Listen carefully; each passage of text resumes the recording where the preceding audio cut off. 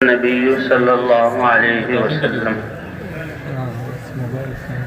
اللہ تعالیٰ نے اس کائنات کو اپنی قدرت سے وجود عطا فرمایا۔ اللہ ہمیشہ سے ہیں، هو الاول، کائنات کی کوئی چیز نہیں تھی۔ اللہ نے اپنی قدرت سے ان آسمانوں کو، اس زمین کو، فرشتوں کو، ساری کائنات کو اپنی قدرت سے وجود عطا فرمایا۔ اور کتنی بڑی بڑی مخلوقات ہیں۔ اللہ آسمان کی قسم کھاتے ہیں، کتنے بلند ہیں، کتنے وسیع ہیں۔ سورج کی قسم کھاتے ہیں، کتنا بڑا سورج ہے، کیسی روشنی ہے، کیسی اس کی حرارت اور رفتار ہے۔ چاند کی اور دن اور رات کا جو نظام ہے، جو اللہ کی نشانیاں ہیں، اللہ نے ان کو پیدا کیا۔ اور پھر اللہ نے اس کائنات میں انسان کو بھی پیدا کیا، لیکن انسان کو بہت بڑا مقصد اور عظمت اور کرامت اور شرافت عطا فرمائی۔ اور یہ دنیا کا جو کائنات کا نقشہ ہے، یہ انسان کی گزرگاہ ہے، یہ امتحان کی تیاری کی جگہ ہے، کیونکہ اس کی قیمت اللہ کے ہاں مچھر کے 2 پروں میں سے 1 پر کے برابر بھی نہیں۔ تو وہ انسان جس کو اللہ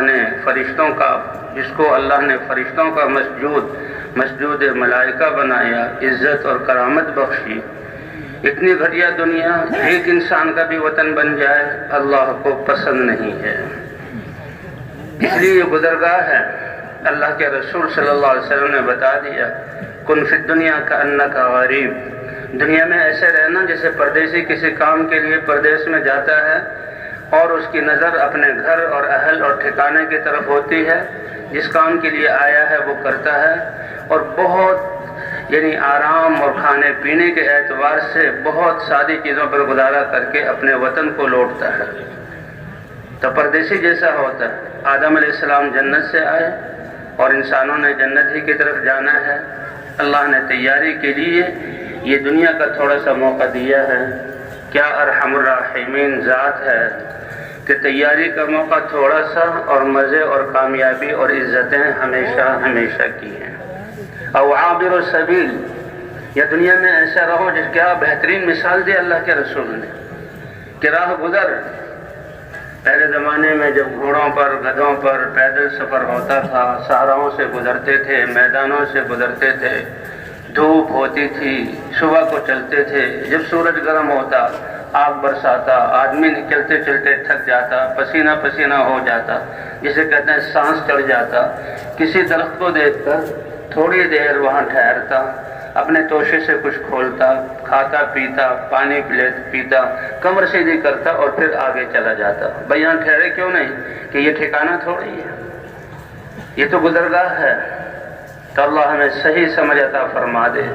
اللہ نے بھی فرمایا، اللہ کے رسول صلی اللہ علیہ وسلم نے بھی فرمایا، جو اللہ کے رسول نے فرمایا وہ اللہ ہی کا فرمان ہے۔ او عابر سبیل، تم سب مسافر ہو۔ جیسے دنیا کے سفر میں انسان کا ذہن یہ بنتا ہے اور بالکل وہ اس بات کو سوچ کر نکلتا ہے کہ بھئی وہ تو سفر ہے، میں اپنے کام کے لیے جا رہا ہوں، اور نگاہ اس کی اپنے مقصد پر ہوتی ہے اور جلد اپنے گھر کی طرف لوٹتا ہے، چاہے جہاں گیا ہے وہ کیسا ہی علاقہ ہو، کیسے ہی لوگ ہوں، لیکن گھر اپنا گھر ہے۔ تو اس لیے دنیا میں انسان یہ جو ہے مسافر ہے۔ اور پھر دوسری بات یہ ہے کہ اللہ نے سب سے بڑے مقصد کے لیے پیدا کیا، اور وہ ہے عبادت۔ یہ اتنی وسعتوں والے آسمان، اور یہ اتنی پھیلی ہوئی زمین، اور یہ روشنی اور رفتار والا سورج، اور یہ ٹھنڈی ہوائیں، اور یہ بہتا ہوا پانی، اور یہ اس کے خوبصورت مناظر، یہ سب کے سب اللہ فرماتے ہیں اے انسان، ہم نے پہلے اسے تمہاری خدمت میں لگا دیے۔ هو الذی سخر لکم ما فی السماوات وما فی الارض جميعا۔ کیا اللہ اپنا احسان جتلا رہے ہیں؟ تم کس چیز کو مسخر کرنا چاہتے ہو؟ کس کو اپنے تابع کرنا چاہتے ہو؟ کہاں اپنی صلاحیت لگا رہے ہو؟ اللہ فرما رہے ہیں سورج کو تمہارے لیے مسخر کیا، وہ رفتار میں کمی نہیں کر سکتا، اپنی روشنی کے دینے میں کنجوسی نہیں کر سکتا، اپنی آسانی کے لیے راہ نہیں بدل سکتا، کبھی وہ نافرمانی نہیں کر سکتا۔ جی ہاں، مشرق سے نکلتا ہے، مغرب میں غروب ہوتا ہے۔ جب ابراہیم علیہ السلام نے جب نمرود کو دعوت دی کہ اللہ پر ایمان لے آؤ۔ کہ تمہارا رب کون ہے؟ کہ میرا رب وہ ہے یحیی و یمیت، زندگی عطا کرتا ہے انسان کہ ایک ناپاک قطرے سے کیسے اللہ انسان کے جسم کو بناتے ہیں اور روح کو اس میں ڈالتے ہیں۔ زندگی زندہ مرغی سے انڈا نکالتا ہے اور مردہ انڈے سے پھر اللہ تعالیٰ ایک جان پیدا کرتے ہیں اس میں۔ یخرج الحی من المیت، زندگی عطا کرتا ہے اور موت بھی اللہ کی مخلوق ہے، موت ختم ہو جانا نہیں ہے۔ خلق الموت والحیات لیبلوکم ایکم احسن عملا، موت کو اپنا فنا ہونا مت سمجھنا، دھوکے میں ہے وہ۔ یہ موت کو اللہ نے پیدا کیا، اور اس آیت میں اللہ موت کو پہلے ذکر کر رہے ہیں کیونکہ موت ہی کے بعد اصل زندگی شروع ہوگی۔ دنیا والی زندگی تو یہ مختصر عارضی اور دھوکے کی زندگی ہے۔ یا ایھا الناس ان وعد اللہ حق، اے لوگوں میں نے جو تم سے وعدہ کیا ہے تمہیں دوبارہ زندہ کروں گا۔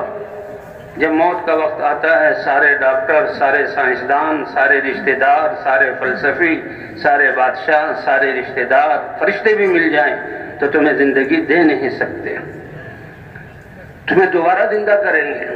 اور دنیا کا نظام کیا ہے؟ آدم علیہ السلام سے سلسلہ چلا کہ جی پردادا، سکڑ دادا، پھر باپ، پھر بیٹا، پھر پوتا، پھر پڑ پوتا، پھر سکڑ پوتا، یہی نظام آ رہا ہے، چل رہا ہے۔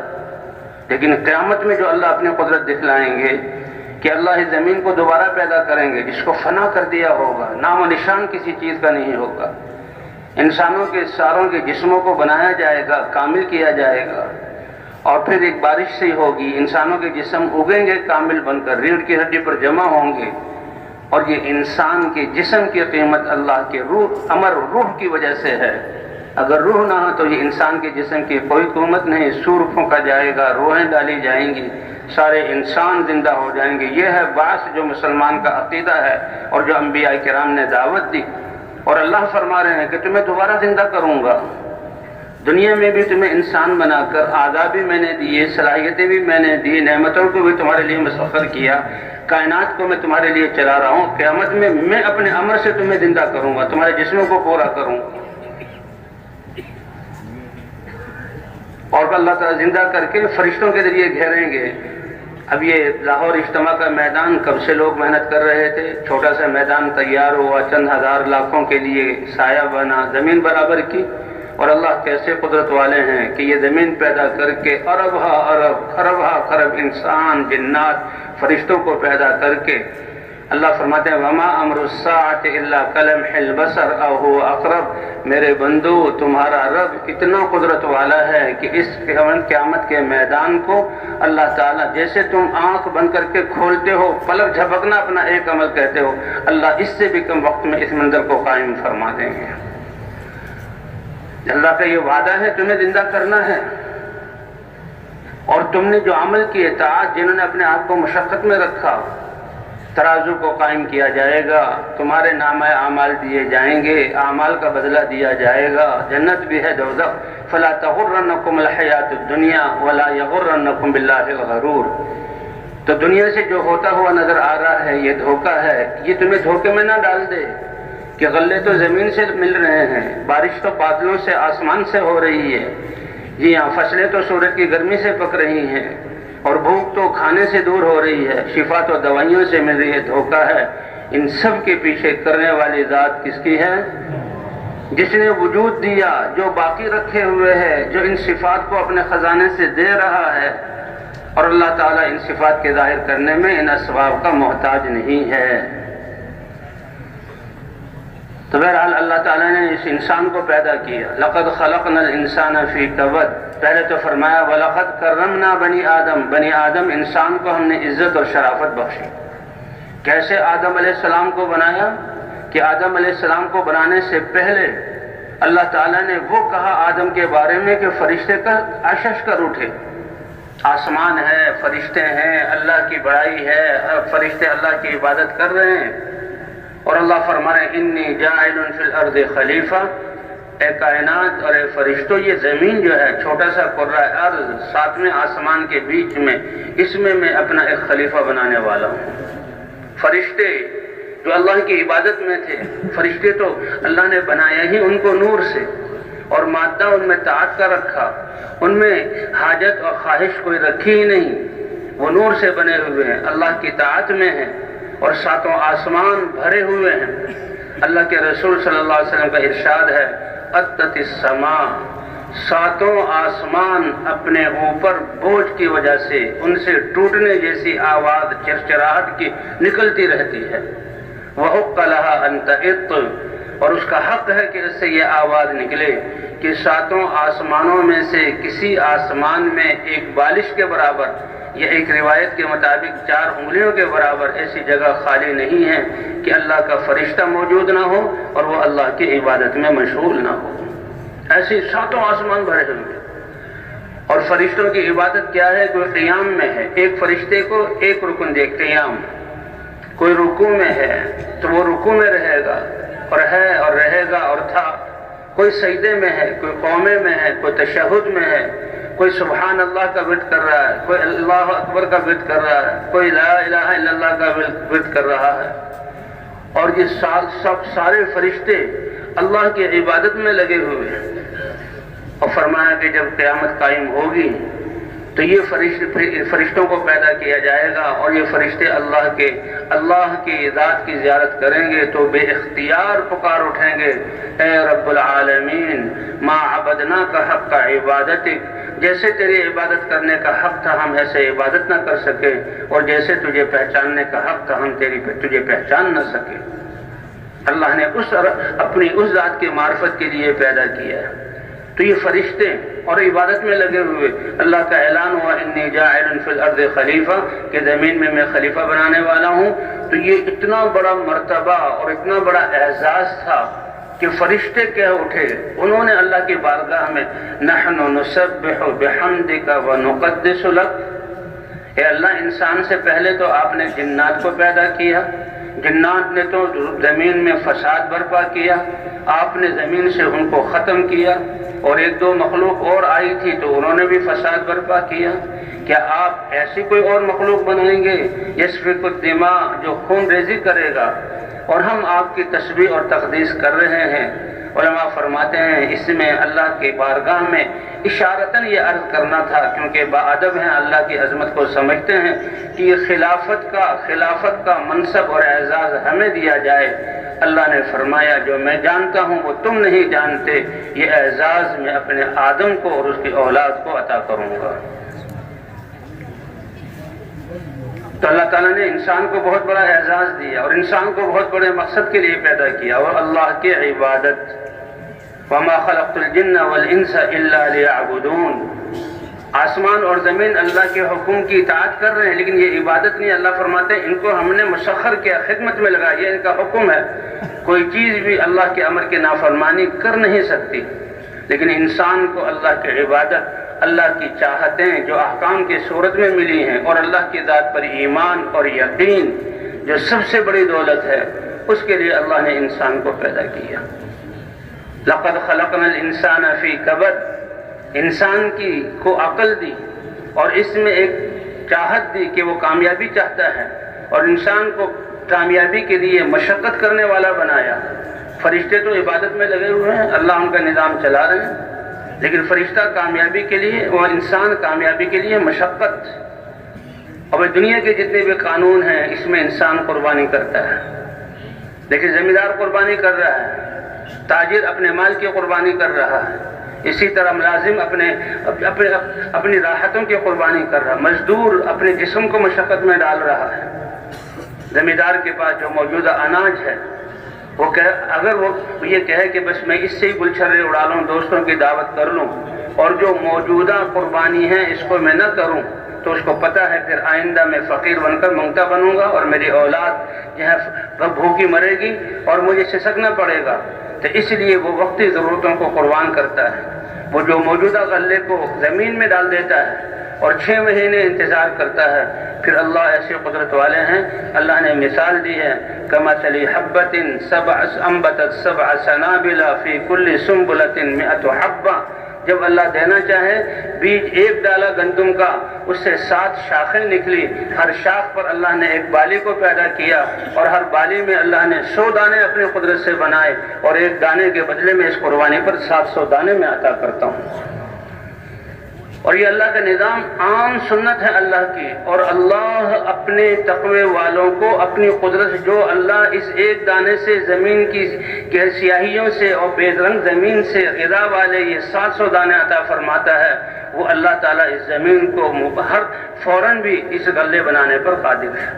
ابراہیم علیہ السلام کا ایک قصہ لکھا ہے روایتوں میں کہ یہ دنیا والے جب اللہ ان کو بادشاہت دے دیتے ہیں تو بادشاہت کے نشے میں ان کی عقلیں فاسد ہو جاتی ہیں، اور یہ اپنے آپ کو سب کچھ سمجھتے ہیں، اور اس کے مقابلے میں پھر ان کے باطل اور ان کی طاقت کی قوت کو توڑنے کے لیے اللہ نبی کو دعوت دے کر بھیجتا تاکہ ان کو بتائیں کہ کرنے والے تم نہیں بلکہ کرنے والے اللہ ہیں، تم کو پیدا بھی اللہ نے کیا، یہ نعمت بھی اللہ تعالیٰ نے دی، اور اس میں جو کچھ ہو رہا اللہ کے امر سے۔ تو نمرود کو اللہ نے ختم نہیں کیا، ابراہیم علیہ السلام کو دعوت دے کر بھیجا، اور لا الہ الا اللہ سب سے بڑے علم والا کلمہ، کائنات سے بھاری کلمہ اللہ نے نبیوں کو دیا۔ ابراہیم علیہ السلام نے بھی اس کی دعوت دی، اور ایک بچے سے لے کر ایک فقیر سے لے کر اور بادشاہ تک کو سمجھایا، کیونکہ سب اس کے محتاج ہیں۔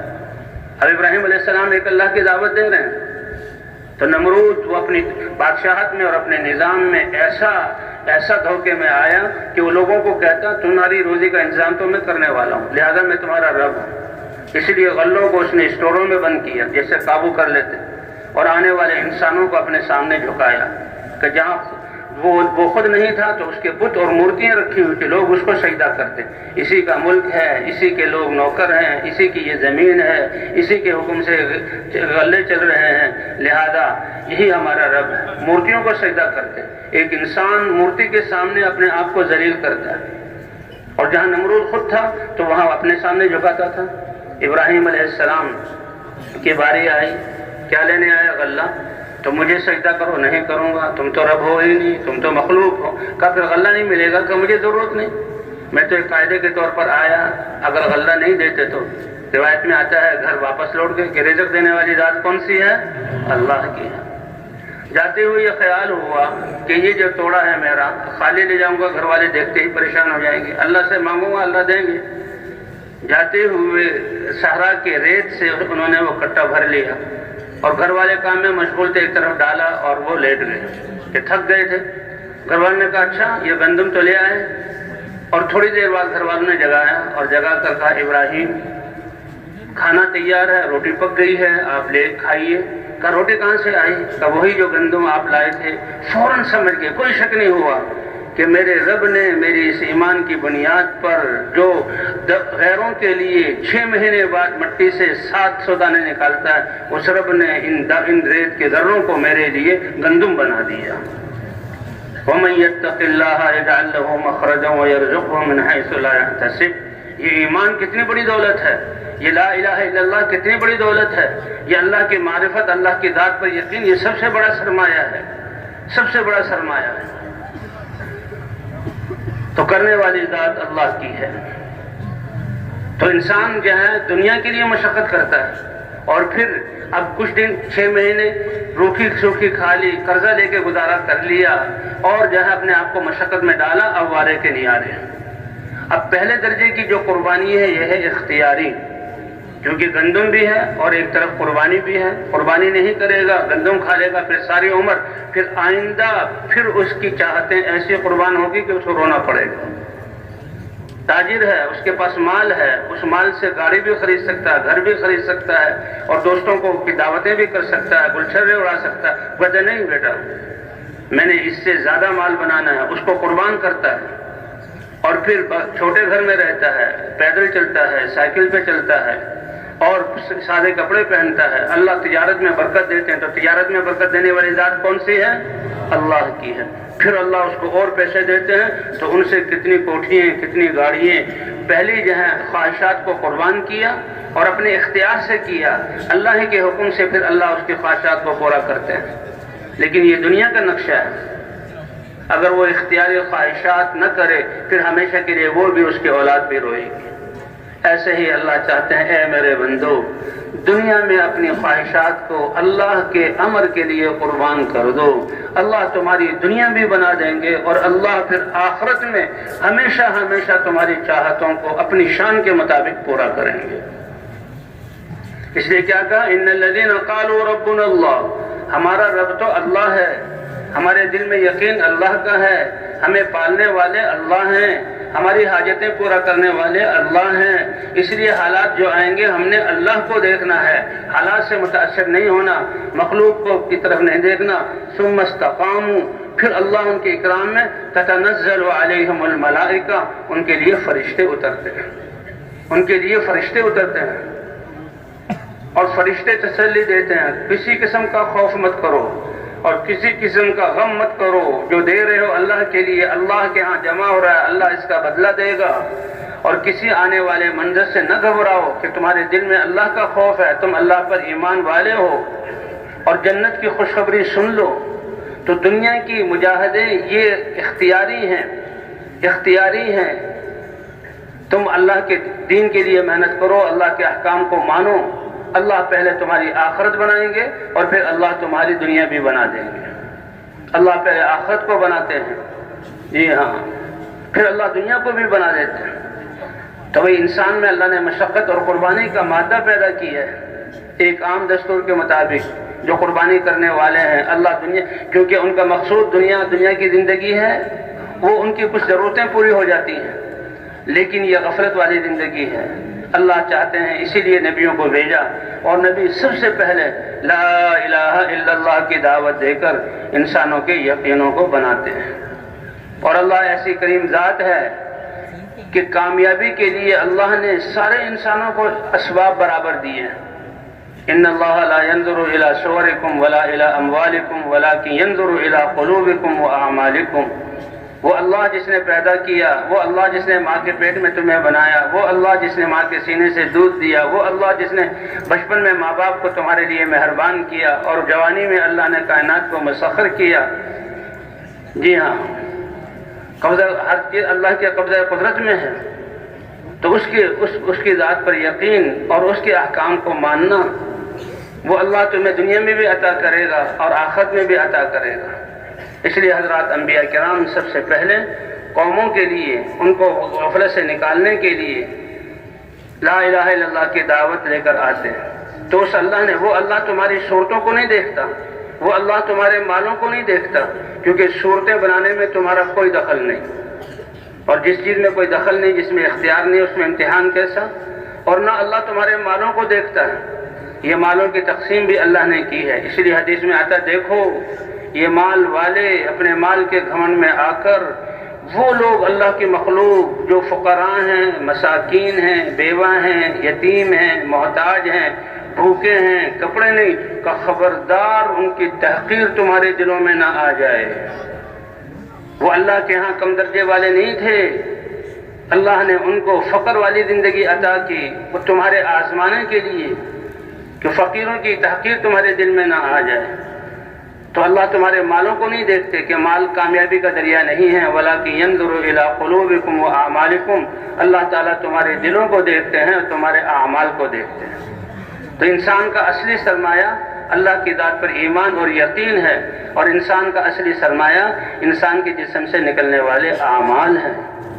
یہ انسان اعمال کی مشین ہے، ایک ایک وقت میں اللہ ایسے مہربان کہ اس سے کہ جس نکل ایک کارخانے سے کہ جی گاڑی کے ٹائر بھی بن رہے ہیں اور گاڑی کی ٹیوب بھی بن رہی ہے، گاڑی کا اسٹیئرنگ بھی بن رہا ہے، ہزاروں جو ہیں اس کے پرزے ہیں بن رہے ہیں۔ تو اسی طرح انسان ایسی مشین ہے کہ مشینیں جو بناتی ہیں چیزیں، اس سے زیادہ اس سے اعمال صادر ہوتے ہیں، اور اس کے ایک ایک عمل کی قیمت کائنات سے زیادہ قیمتی ہے۔ کتنا عظیم اللہ نے انسان کو بنایا۔ حضرت سلیمان علیہ السلام، ان کے پاس کچھ گھوڑے آئے، بہت خوبصورت گھوڑے تھے، بڑے عمدہ گھوڑے تھے، ان کے دیکھ بھال میں لگے تو وقت کا فریضہ ذرا کچھ مؤخر ہو گیا، قضا ہو گیا۔ اللہ کے رسول تھے تو روئے اللہ کے سامنے، اللہ کو رونا پسند آیا۔ یہ رونا اللہ کو بہت پسند ہے، جی ہاں، اگر یہ آنکھوں کے دو قطرے جو بہیں راتوں کو، تو ان قطروں سے اللہ کائنات پر اترنے والے بڑے بڑے عذابوں کو ٹال دیتے ہیں۔ کہتے ہیں تمہاری فقر و فاقہ یہ تمہارے جو ہے دریاؤں کے بند ہونے سے نہیں ہوگا، تمہارے حالات جو بگڑیں گے دریاؤں کے خشک ہونے سے نہیں ہوں گے۔ جس دن تمہاری آنکھوں کے دو چشمے یہ اللہ کے سامنے آنسو بہانے سے خشک ہو گئے تو سمجھ جاؤ یہ خطرے کی گھنٹی ہے، یہ آنسو بہہ لو اللہ کے سامنے۔ کہ اللہ نے فرمایا اے سلیمان مانگو کیا مانگتے ہو؟ فوراً مانگا اے اللہ، کیونکہ شاہی خاندان سے تھے، داؤد علیہ السلام کو اللہ نے نبوت اور بادشاہت دی تھی، اور بادشاہت اسی لیے دی تھی کہ بادشاہت جو ہے یہ اللہ کے دین کے منافی نہیں ہے۔ تمام انبیاء کے ساتھ اللہ کی مدد تھی، دنیا کے اسباب نہیں تھے، تاکہ اللہ دکھائیں کہ نبیوں کی دعوت اور نبیوں کو اللہ کا دین جو ہے اس کی کامیابی اللہ کی مدد سے ہوتی ہے، اس کا غالب ہونا اللہ کی مدد سے ہوتا ہے۔ اسباب تو سارے بادشاہتیں دوسرے لوگوں کے پاس، وزارتیں دوسرے لوگوں کے پاس، تجارت کے نقشے قوموں کے پاس، قوت والے نقشے صنعت کے نقشے قوموں والوں کے پاس، لیکن انبیاء کے ساتھ اللہ کی مدد ہوتی ہے، مدد سے کام چلتا ہے۔ لیکن اللہ نے کچھ نبیوں کو بادشاہت بھی بنا دی کہ بادشاہت یہ اللہ کے دین کے منافی نہیں ہے۔ اے اللہ ایسی بادشاہت عطا فرما جو میرے بعد کسی کو نہ ملے، ایسی بادشاہت عطا فرما جو میرے بعد کسی کو نہ ملے۔ حضور صلی اللہ علیہ وسلم بعض دفعہ شیطان اور جنات آپ کے قابو میں آئے، کہا مجھے اپنے بھائی سلیمان کی دعا یاد آ گئی کہ جنات کی بادشاہت اللہ نے ان کو دی تھی، اے اللہ ایسا کسی کو نہ ملے۔ کہا پھر میں نے اس کو چھوڑ دیا، ورنہ تم اس کو میرے ہاتھوں میں دیکھتے اور بندھا ہوا دیکھ لیتے۔ تو کہا اے اللہ ایسی بادشاہت عطا فرما جو میرے بعد کسی کو نہ ملے۔ اللہ نے فرمایا جاؤ ہوا پر بھی تمہیں بادشاہت دی۔ یہ ہوا تو ایک خزانہ ہے، اس پر اللہ کا فرشتہ ایک متعین ہے، اور وہ خزانے میں سوئی کے ناکے کے برابر سوراخ ہے، اس سوراخ سے وہ ہوا آتی ہے، اور اس زمین سے لے کر یا زمین کے اندر سے لے کر فضاؤں تک جتنی ہواؤں کی ضرورت ہے اس سے وہ نکلتی ہے، اور فرشتے نے قابو کیا ہوا ہے۔ تو ہوا کو مسخر کر دیا، ہوا تمہاری بات مانے گی۔ تو اس لیے سلیمان علیہ السلام نے ایک تخت بنوایا آج سے ہزاروں سال پہلے کہ ہوا اس کو لے کر اڑے گی، اور تخت پر ایک سلیمان علیہ السلام کی کرسی، تخت، اور پھر 500 اراکین دولت جنات میں سے 500 جو ہے اور انسانوں میں سے وہ اس پر بیٹھتے تھے، اور ہوا کو حکم ہوتا تھا کہ ہوا بڑی نرمی کے ساتھ اور تیز رفتاری کے ساتھ اس کو لے کر چلے۔ آتا ہے فلسطین سے چلتے تھے تو آدھے دن میں اردن پہنچتے تھے، اور اردن سے چلتے تھے خراسان کی ریاستوں میں پہنچتے تھے، اور پھر وہاں سے واپس آ جاتے، پرندے اوپر ان کا سایہ کرتے تھے۔ تو سلیمان علیہ السلام جو گزر رہے تھے تو ایک دہقان نے اس کو دیکھا۔ دیکھیں جب ایمانی فضائیں ہوتی ہیں تو انسان اس کو کیا حقیقی علم ہوتا ہے۔ اس نے جو اس شان کو دیکھا تو سلیمان علیہ السلام کی تعریف نہیں کی، نہ اس تخت کی تعریف کی ہے، بلکہ اس نے کہا سبحان اللہ، اے اللہ کیا پاک ہے وہ ذات جس سے وہ اللہ ہے جس نے سلیمان علیہ السلام کو یہ ہوا مسخر کی اور یہ تخت عطا فرمایا۔ اللہ کا شکر ہے تبلیغ کی وجہ سے آج ہمیں بھی یہ دعا بتائی جاتی ہے کہ سواری پر سوار ہو، جہاز میں ہو، چاہے کار میں ہو یا گھوڑے اور جہاں اونٹ پر ہو، ہاتھی پر ہو، تو کیا کہو سبحان الذی سخر لنا ھذا وما كنا له مقرنین۔ کیوں بھائی ہم اس ایمان کی وجہ سے دعا پڑھتے ہیں کہ نہیں پڑھتے؟ کتنی زبردست دعا ہے، کتنی بڑی حقیقت کا یہ کیا ہے۔ اچھا ہوا نے بغیر وائرلیس سسٹم کے بغیر کسی اور کے یہ آواز سلیمان علیہ السلام کے کان میں پہنچائی۔ سلیمان علیہ السلام نے تخت اتروایا اور پوچھا تم نے کیا کہا تھا؟ کہ میں نے اس منظر کو دیکھ کر اللہ کی تعریف کی، سبحان اللہ کہا سن لو، تم نے تو سلیمان علیہ السلام کے تخت کو دیکھ کر اللہ کی تعریف کی، اسے تعجب میں پڑ گئے، یہ تخت اور یہ ہواؤں میں اڑنا اور یہ منظر، سن لو ایمان والے کا ایک دفعہ سبحان اللہ کہنا میری اور میرے باپ داؤد کی اور جب تک خاندان میں حکومت چلے گی اس خاندان سے کہیں زیادہ بہتر ہے۔ حضور صلی اللہ علیہ وسلم نے فرمایا کیف انعم، میں دنیا کی زندگی کو خوشگوار بنانے کی کیسے کوشش کروں جبکہ میرے سامنے ہے دنیا کا ٹوٹنا پھوٹنا اور ختم ہونا، اور اس کی ابتدا کہ سور والا فرشتہ اللہ کے حکم سے سور پھونکے گا۔ تو میں دیکھ رہا ہوں کہ سور والے فرشتے نے سور کو منہ میں لیا ہوا ہے اور کان اللہ کے امر کی طرف لگائے ہوئے ہیں۔ یہ قیامت جو برپا ہوگی اور ساری کائنات جو ٹوٹے گی وہ اللہ کے امر سے۔ کہ جب اللہ حکم کریں گے تو حدیث پاک میں آتا ہے لا تقوم الساعة حتى يقال في الارض اللہ اللہ، قیامت قائم نہیں ہو سکتی، یہ آسمان ٹوٹ نہیں سکتے، پہاڑ اپنی جگہ چھوڑ نہیں سکتے، وقت آئے گا یہ سب کچھ ختم ہوگا، لیکن کب تک؟ کہ جب تک روئے زمین پر اللہ اللہ کہا جائے گا اس وقت تک سارے نظام کو اللہ باقی رکھیں گے۔ علماء فرماتے ہیں کہ ایک بوڑھا کمزور سا شخص بھی اللہ اللہ کہے گا، اس ایمان والے کا اللہ کہنا اللہ کے ہاں اس کی اتنی قدر ہوگی کہ اللہ عرش کے اٹھانے والے فرشتوں کا نظام بھی باقی رکھیں گے، ساتوں آسمانوں کے نظام اور اللہ کے لشکر ہیں ان کو بھی باقی رکھیں گے، یہ سورج اور چاند اور ستارے اور کہکشائیں، یہ ہوائیں، یہ بادل باقی رہیں گے، زمین اور یہ پہاڑ اور اس پر جو ہے بہتے چشمے اور یہ سمندر اور یہ نباتات جماعتات سب باقی رہیں گے جب تک کہ ایک انسان اللہ اللہ کہے گا، اور جس دن اس کی روح نکل گئی تو اللہ پھر کائنات کی بساط کو لپیٹ دیں گے۔ یہ ہے اللہ کے ہاں قدر اپنے دین کی اور اس انسان کی جو اللہ اللہ کہتا ہے۔ تو بہرحال ابراہیم علیہ السلام نمرود کو دعوت دے رہے ہیں، اور نمرود سے کہا کہ میرا رب وہ ہے کہ جو زندگی دیتا ہے اور موت دیتا ہے۔ وہ طاقت کے نشے میں ایسا بے وقوف تھا، اس نے کہا انا احیی و امید، میں بھی زندہ کرتا ہوں اور میں بھی مارتا ہوں۔ اور اس کو سمجھانے کے لیے اس نے معلومات کی اور دو شخصوں کو منگوایا کہ یہ شخص قید تھا، مقدمہ چلا، لیکن پاک صاف ہے، اس نے کوئی گناہ نہیں کیا، اس کے لیے آج آزادی کا پروانہ ملے گا، کہا اس کو قتل کر دو۔ یہ ظلم، اور یہ کون ہے؟ یہ انتہائی جردے کا بدماش، ظالم، سفاک، کتنے خون کیے، آج اس کے لیے فیصلہ ہونا تھا گردن اڑائی جائے کہ اس کو آزاد کر دو، ظالم کو چھوڑ دو اور جو ہے معصوم آدمی کو قتل کر دو۔ کہ دیکھا یہ ہے زندگی موت۔ ابراہیم علیہ السلام نے کہا کہ بہت ہی بے وقوف ہے، دل میں سوچا، اور یہ تو ایسے نہیں سمجھے گا، ایسے جو ہے طاقت کے نشے میں ایسا جو ہے یہ بے وقوف۔ فرمایا میرا رب وہ ہے جو سورج کو مشرق سے نکالتا ہے اور تم اس کو مغرب سے نکال کے دکھاؤ۔ بس ہاتھ پاؤں پھول گئے اور ہکا بکا رہ گیا اور کوئی جواب نہیں دے سکا۔ روایات میں پڑھا ہے اللہ نے فرمایا کہ میرے ابراہیم نے میری قدرت کو بیان کیا کہ میں سورج کو مشرق سے نکالتا ہوں، اور پھر نمرود سے مطالبہ کیا تم مغرب سے نکال کے دکھاؤ۔ اللہ نے فرمایا مجھے اپنی بڑائی کی قسم، میں قیامت اس وقت تک قائم نہیں کروں گا جب تک کہ کائنات کو مغرب سے سورج نکال کر نہ دکھا دوں۔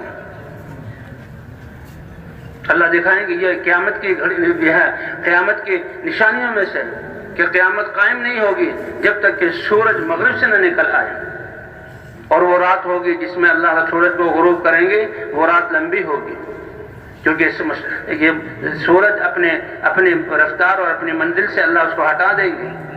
ایک رات زائد ایسی ہوگی کہ اس سورج نہیں نکلے گا۔ اور سب سے پہلے احساس تہجد پڑھنے والوں کو اور اللہ کو یاد کرنے والوں کو ہوگا کہ ان کی نیندیں پوری ہوئی، یا جتنے دیر نیند کرتے وہ نیند پوری ہوئی، اس نے بڑے لمبے لمبے نفل پڑھے، لمبی لمبی دعائیں پڑھی، اور دعائیں پڑھنے کے بعد وہ دیکھتے ہیں کہ اندھیرا ویسا ہی ہے، ان کو احساس ہوگا کہ اللہ کے امر سے کوئی تغیر آیا ہے۔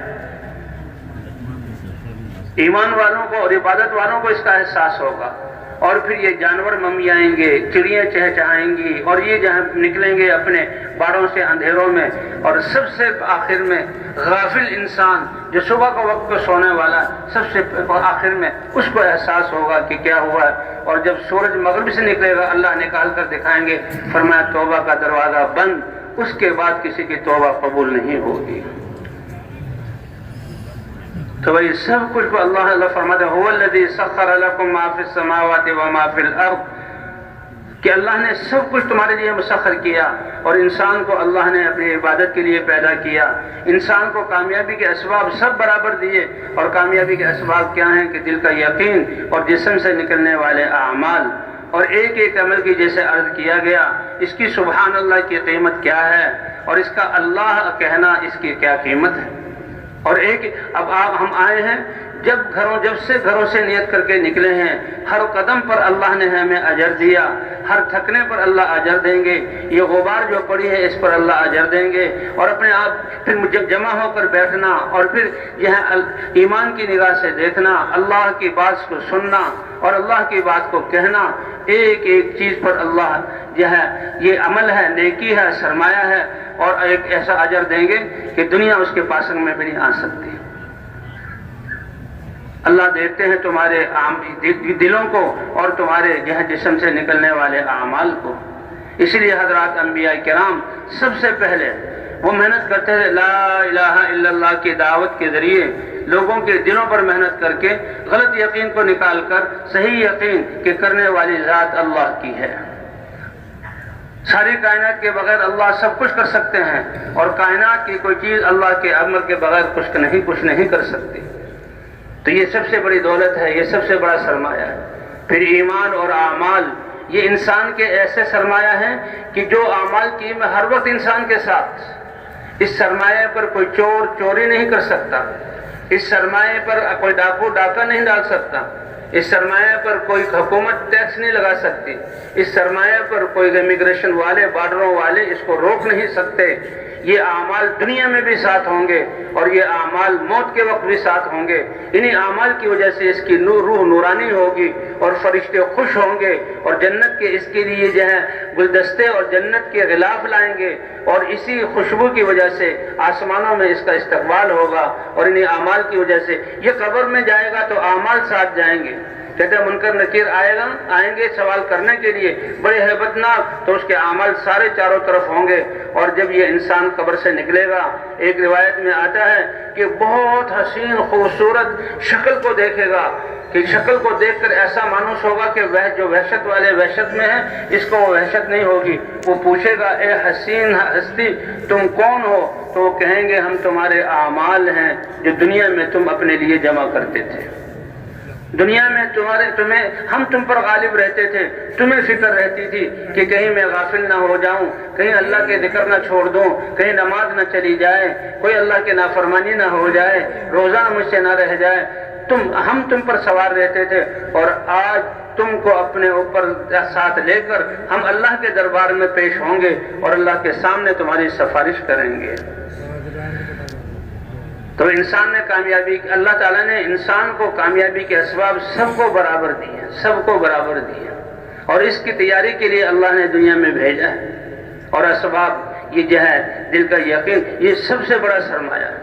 اور پھر انسان جہاں کہیں بھی ہو فوراً نماز پڑھنا، اللہ سے دعا مانگنا، اللہ ان کی اس کی دعاؤں پر اور اعمال سے اس کے مسائل حل کریں گے۔ ایک قصہ حدیثوں میں آتا ہے کہ 3 شخص سفر میں جا رہے تھے، سفر میں جاتے ہوئے بارش بہت تیز شروع ہو گئی، پہاڑی علاقہ تھا، وہ غار میں گھسے تو سلائڈنگ ہوئی، ایک بڑا چٹان اور پتھر آ کر ان کے راستے کو روک لیا، ان کے دروازے کو روک لیا، اندھیرا بھی چھا گیا اور راستہ بھی بند، اور وہ کوئی اس وقت اتنی آبادی تو تھی نہیں، 3 ہی شخص تھے۔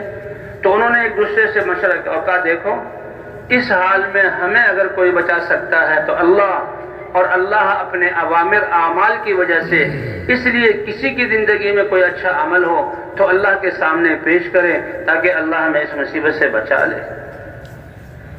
ان اعمال سے دنیا بھی بنے گی اور آخرت بھی۔ ایک شخص آگے بڑھا، اے اللہ میرے بوڑھے ماں باپ تھے اور میں ان کی خدمت کریا کرتا تھا، اور میں ذاتی طور پر ایک چرواہا تھا، اور بکریوں کو چرا کر لاتا تھا، واپس آتا تو سب سے پہلے اپنے بوڑھے ماں باپ کی خدمت میں دودھ پیش کرتا تھا، اور وہ جو ان کو دودھ پلاتا پھر خود اپنے بچوں کو دیتا اور خود پیتا تھا۔ ایک دن درختوں کی اور پتوں کی تلاش میں دور نکل گیا، میرے آنے میں دیر ہو گئی، اور میں دودھ نکال کر جب آیا تو میرے بوڑھے ماں باپ سو چکے تھے۔ اے اللہ وہ بوڑھے ماں باپ تھے، تیرے امر اور تیری رضا کے لیے ساری رات میں اس دودھ کو ان کے سرانے لے کر کھڑا رہا، اور ان کو جگایا نہیں کہ ان کی نیند خراب نہ ہو کہ بوڑھے ہیں۔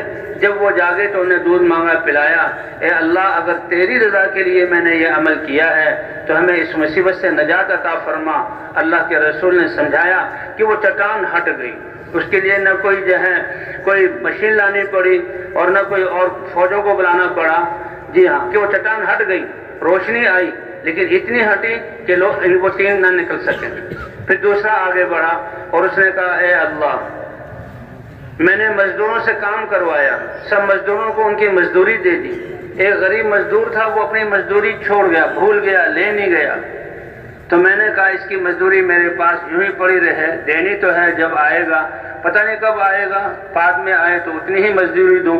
تو میں تجارت ہے میری, میں نے اپنی تجارت میں اس کی مزدوری لگا لی اور اس سے اس کا مال بڑھتا رہا اور بہت زیادہ مال ہو گیا, حتیٰ کہ جانور بہت سادے واری بھر گئے. اور بہت عرصے بعد وہ آیا اور اس نے مجھ سے کہا او بھائی تم مجھے جانتے ہو؟ میں نے کہا بالکل جانتا ہوں, تمہارا تو انتظار ہے, کہ میری مزدوری تمہارے پاس تھی وہ دے دو. میں نے کہا جتنے جانور یہ پھر رہے ہیں اور جتنا یہ مال ہے تمہاری اس مزدوری کی تجارت کا نفع ہے. پہلے تو وہ کہنے لگا دیکھو مذاق نہ کرو, مجھے میری مزدوری دے دو, غریب آدمی ہوں, مذاق نہ اڑاؤ. اس نے کہا یہ تمہاری ہے. اے اللہ وہ ساری لے گیا اور کچھ بھی نہیں چھوڑا اور میں نے بھی خوشی سے دے دیا, اس کا حق تھا. اے اللہ اگر تیری رضا کے لیے کیا ہے تو مجھے ہم تینوں کو اس مصیبت سے نجات عطا فرما. کہ پتھر اور سرک گیا لیکن ابھی نکلنے کی گنجائش نہیں تھی. پھر تیسرا آیا, اے اللہ میری چچا داد بہن تھی اور وہ بہت مجبور تھی, اس کو پیسوں کی ضرورت تھی, میں نے اس کو برائی کی دعوت دی لیکن وہ اللہ والی تھی, اس نے مجھے ڈرایا. ایک دن مجبور ہو کے وہ میرے پاس آئی اور پھر اس نے کہا دیکھو اللہ سے ڈرو اور میری عزت خراب نہ کرو. اے اللہ تیرے ڈر سے میں نے اس گناہ کو چھوڑ دیا اور اس کو پیسے بھی دے دیے. اے اللہ اگر تیرے امر کی وجہ سے میں نے کیا تیری رضا کے لیے تو ہم یہ جو ہے اس پتھر کو ہٹا دے. فرمایا وہ چٹان ہٹ گئی اور تینوں سلامتی کے ساتھ اپنے وطن تک پہنچ گئے. تو اللہ تو ایسے کریم ہے, انسان کو اتنا عظیم بنایا کہ کامیابی کے اسباب فقیر سے لے کر بادشاہ تک سب کو اللہ نے برابر دیے.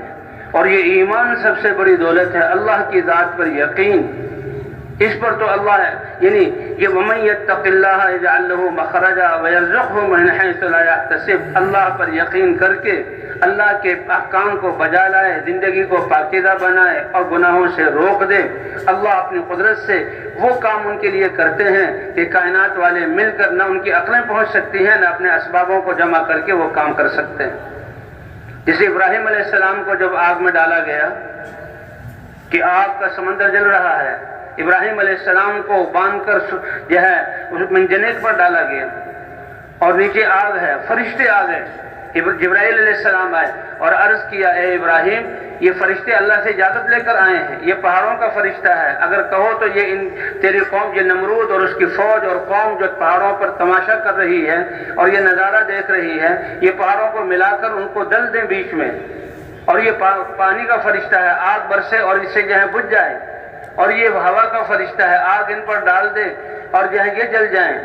ابراہیم علیہ السلام نے کہا کہ اگر اللہ نے تمہیں حکم دیا ہے اس کا تو اللہ کے حکم کو پورا کرو اور مجھے اور میرے معاملے کو اللہ اور میرے درمیان چھوڑ دو, مجھے تمہاری حاجت نہیں. اور آخری کلمہ جو یہ یقین کی بنیاد پر حسبی اللہ نعم الوکیل نعم المولا و نعم النصیر, کہ میرے لیے تو میرا اللہ کافی ہے اور اللہ ہی بہترین کارساز اور بہترین کام کرنے والے ہیں.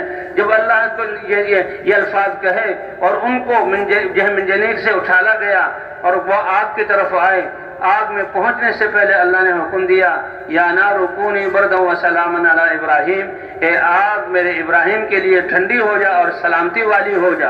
اتنی ٹھنڈی بھی نہیں کہ ٹھنڈ سے تکلیف ہو, سلامتی والی ہو جا. روایات میں آتا ہے تخت آیا, اس پر ابراہیم علیہ السلام بیٹھ گئے, اسی آگ میں انار کا درخت ہوگا اور وہیں سے ایک چشمہ جاری ہوا اور 40 دن ابراہیم علیہ السلام کے گزرے. اس دن جو ہے آگ میں پوچھا گیا آپ نے جو ہے شاہی محلات میں بھی زندگی گزاری اور آپ کی زندگی میں سب سے بہترین اور مزے والے دن کون سے تھے؟ فرمائیں کہ جو آگ میں دن گزرے ہیں وہ سب سے زیادہ راحت والے اللہ نے میرے لیے بنائے تھے. کہ ان کی جو بیوی سارہ علیہ السلام تھی وہ بھی کس کلمے کو پڑھ کے ابراہیم علیہ السلام کے ساتھ آ گئی. نمرود جس نے اتنی بڑی آگ کا انتظام کیا اور اس کی فوج اور پوری قوم جو شور مچائے ہوئے تھے, لوگوں نے اس سے کہا کہ ابراہیم کو یہاں سے نکال دو ورنہ تو لوگ جو ہے ابراہیم علیہ السلام کی بات کو مان لیں گے. تم ناکام ہو گئے اور تم رسوا ہو گئے, تمہاری تدبیر فیل ہو گئی اور ابراہیم علیہ السلام کا کلمہ بلند ہو گیا. وہ آیا ہاتھ جوڑے, اے ابراہیم میرا ملک چھوڑ دو. اس بنا پر ابراہیم علیہ السلام نے اپنے گھر والوں کے ساتھ فلسطین کی طرف ہجرت کی. اللہ کے دین کے لیے اپنے جان و مال کو لگانا, حتیٰ کہ وطن کی قربانی, ابراہیم علیہ السلام سے بھی وطن چھڑوایا گیا. حضور صلی اللہ علیہ وسلم بھی فرماتے تھے لولا الہجرۃ لکنت رجلا من الانصار, اگر دین کے لیے اپنے گھر کو چھوڑنا اللہ کو اتنا زیادہ محبوب نہ ہوتا کہ اپنے نبی سے بھی گھر چھڑوایا تو اللہ شروع ہی سے مجھے مدینے میں پیدا کرتے اور مدینے والے میرا جو ہے قدر کرتے, شروع ہی سے دین کو قبول کر کے دین کے پھیلانے میں میری مدد کرتے. لیکن اللہ کو پسند ہے کہ وطن اور گھر کو چھڑوایا جائے, اس لیے مجھے مکہ میں پیدا کیا اور 13 سال میں نے مخالفت میں گزارے اور مکے جیسے شہر کی قربانی دلائی گئی اور میں مدینہ منورہ میں آیا. تو بھائی اس لیے سب سے بڑی دولت ایمان. اللہ فرماتے ہیں انا عند ظن عبدی بھی, اے میرے بندے جیسا تمہارا مجھے ساتھ یقین اور گمان ہوگا ویسے میں تمہارے ساتھ معاملہ کروں گا. اور یہ تو دل کا یقین ہے جو انسان کے ساتھ ہر وقت ہے. سب سے بڑی دولت یہ یقین ہے. اس کے بعد اللہ نے جو احکام دیے ہیں, احکام میں سب سے بڑا حکم اللہ نے نماز کا دیا ہے. سب سے بڑا حکم نماز کا. یہ نماز ایسا امر ہے, دین پورے اللہ کے احکام ہیں. وہ تو ساری ہماری زراعت, تجارت, معاشرت, اخلاق اللہ کے احکام کے مطابق ہوں. کچھ عبادتیں ہیں, ایک عبادت زکوٰۃ ہے, زکوٰۃ کا تعلق مال سے ہے. اور یہ تو جو ہے کتنے فیصد انسان مال والے, زکوٰۃ واجب ہوتی ہے 40واں حصہ سال میں ایک دفعہ, غربا پر ہوتی نہیں. دوسرا حکم حج کا ہے کہ حج کا تعلق مال اور جو ہے جان دونوں سے ہے, جانا پڑتا ہے. پہلے زمانے میں پیدل لوگ چلتے تھے. وَلِلَّهِ عَلَى النَّاسِ حِجُّ الْبَيْتِ مَنِ اسْتَطَاعَ إِلَيْهِ سَبِيلًا. اللہ نے ابراہیم علیہ السلام سے اپنا گھر کی بنیادیں اٹھوائیں اور گھر بنوایا اور بلائے, آواز دلوائی, یہ آواز پوری دنیا میں پہنچائی اور فرمایا آ جاؤ, اور حج کو فرض کیا. تو یہ فریضہ بھی مالداروں پر اور شرائط کے ساتھ, اور زندگی میں ایک مرتبہ جان بھی لگتی ہے, مال بھی. پھر روزے اللہ نے فرض کیے. روزہ کتنا بڑا جو ہے حکم ہے اللہ کا. وہ 12 مہینے میں سے ایک مہینے میں, اور اس کا تعلق صبح صادق سے لے کر جو ہے وہ سورج غروب ہونے تک انسان پیاسا اور بھوکا رہتا ہے. اور یہ اتنا بڑا امر ہے, فرمائے کہ روزہ یہ تو جہنم سے ڈھال ہے. اور فرمائے کہ آج انسان کے جتنے اعمال ہیں ان کا بدلہ اس کو دیا جاتا ہے, مگر الا الصوم, مگر روزہ ایسا ہے اللہ فرماتے ہیں کہ میں خود اس کا بدلہ دیتا ہوں. اور ایک روایت میں ہے کہ روزے کے بدلے میں تو میں اپنی رضا اس کو عطا کر دیتا ہوں. لیکن روزے میں دکان پہ بھی بیٹھے ہوئے ہیں, کھیت پہ بھی کام کر رہے ہیں, باتیں بھی ہو رہی ہیں, اور یہ مہینے سال میں ایک مہینے. لیکن نماز اتنا پیارا فریضہ ہے کہ اللہ تعالیٰ اپنے بندوں کو اپنے گھروں پر مؤذنین کی اذان کے ذریعے 5 دفعہ اپنے گھر بلواتے ہیں. کوئی بادشاہ ہے, کوئی سردار ہے, کوئی ہے کہ بھئی آپ 5 دفعہ میرا گھر کھلا ہے اور میرے پاس آیا تو وہ تو تنگ ہو جائے گا, وہ تو انتظار کرواتے ہیں. اللہ 5 دفعہ اذان والے, اللہ اکبر, حی علی الصلاۃ, حی علی الفلاح. ایک حدیث جو ذکر کی جاتی ہے کہ مسجد میں جو زمین پہ میرے گھر مساجد ہیں, مسجد میں آنے والے یہ میرے مہمان ہیں, اور میزبان پر, گھر والے پر مہمان کا اکرام کرنا لازم. فرمایا من غدا الى المسجد او راحا عد اللہ له نزلا فی الجنۃ كلما غدا او راحا. جتنی دفعہ جاؤ گے دنیا میں بھی اللہ راحت اور نظر رحمت عطا فرمائیں گے اور نمازوں پر حاجات پوری کریں گے. اور قیامت میں اللہ جنت میں ایک ایک آنے پر, ہر روزانہ 5 دفعہ آتے تھے, مشورے کے لیے آتے تھے, گشتوں کے لیے آتے تھے, جماعتوں کی نصرت کے لیے آتے تھے, تہجد پڑھنے کے لیے آتے تھے. شاہی مہمانی ہوگی اللہ کی طرف سے قیامت کے دن ایک دفعہ آنے پر. یہ اللہ کے گھر کی طرف آنا کوئی معمولی بات ہے. نماز ایک ایسا فریضہ ہے محبوب کہ 5 دفعہ اللہ اپنے گھر بلواتے ہیں. انسان 5 دفعہ آتا ہے. یہ 5 نمازیں فرض کی ہیں, اور اللہ نے یہ نمازیں فرض کہاں اپنے عرش پر بلوا کر. حضور صلی اللہ علیہ وسلم جب اللہ کے دربار میں حاضر ہوئے تو اس امت کے لیے اللہ نے 50 نمازیں فرض کی. حضور صلی اللہ علیہ وسلم 50 نماز لے کر آ رہے ہیں. موسیٰ علیہ السلام سے ملاقات کی, اے موسیٰ کتنی نمازیں؟ 50. کا نہیں, امت ادا نہیں کر سکتی, میں نے بڑی سخت قوم کو آزمایا ہے. تو 9 دفعہ حضور اللہ کے دربار میں حاضر ہوئے، 45 نمازیں ساقط ہو گئی، 5 نمازیں رہ گئی۔ موسیٰ علیہ السلام نے فرمایا، عرض کیا کہ اے محمد صلی اللہ علیہ وسلم یہ بھی کم کروا لو، امت اس کو بھی ادا نہیں کر سکے گی۔ اللہ کے رسول صلی اللہ علیہ وسلم نے فرمایا، اے موسیٰ اب تو شرم آ رہی ہے کہ میری امت 5 نمازیں بھی ادا نہ کرے، میں 5 نمازیں لے کر جا رہا ہوں۔ یوں آتا ہے کہ جب 5 نمازیں لے کر چلے، اللہ کی طرف سے ندا آئی، اے محمد صلی اللہ علیہ وسلم تمہاری یہ پیاری امت نمازیں 5 ادا کرے گی اور ثواب میں 50 نمازوں کے ادا کرنے کا دوں گا۔ یہ اللہ کا پیار ہے۔ اللہ اپنے مؤذن منادی کے ذریعے اذان دلواتے ہیں، اذان دی جاتی ہے اور اپنے گھر کی طرف بلاتے ہیں کہ یہ مؤذن معمولی لوگ نہیں ہیں۔ قیامت میں اذان دینے والوں کی عزت کا پتہ لگے گا، کیونکہ فجر کی نماز کے لیے تہجد میں اٹھنا پڑتا ہے۔ سب سے پہلے لوگ سوئے ہوئے ہیں، یہ پہلے پہنچتے ہیں، کانوں میں انگلی دیتے ہیں، دنیا کی ساری باتوں کو کانوں میں انگلی ٹھونس لیتے ہیں کہ وہ باتیں کم درجے کی ہیں اور ان اذانوں کو کہتے ہیں۔ ظہر میں لوگ اپنے کاروبار میں لگے ہوئے، مؤذن پہلے آتا ہے، عصر میں مؤذن پہلے آتا ہے، مغرب میں پہلے آتا ہے، عشاء میں پہلے آتا ہے۔ کہتے ہیں اس لیے مؤذن اذان دینے والے جو نمازوں کی طرف بلاتے تھے، قیامت میں وہ سردار ہوں گے، قیامت کے میدان محشر کے، اور سرداری کی علامت کے ان کی گردن لمبی ہوگی، اور گردن کا لمبا ہونا یہ عزت کی علامت ہوگی، اور ان سب کے سردار حضرت بلال رضی اللہ تعالیٰ عنہ ہوں گے، کیونکہ روئے زمین میں پہلی اذان کس نے دی؟ حضرت بلال رضی اللہ تعالیٰ عنہ نے۔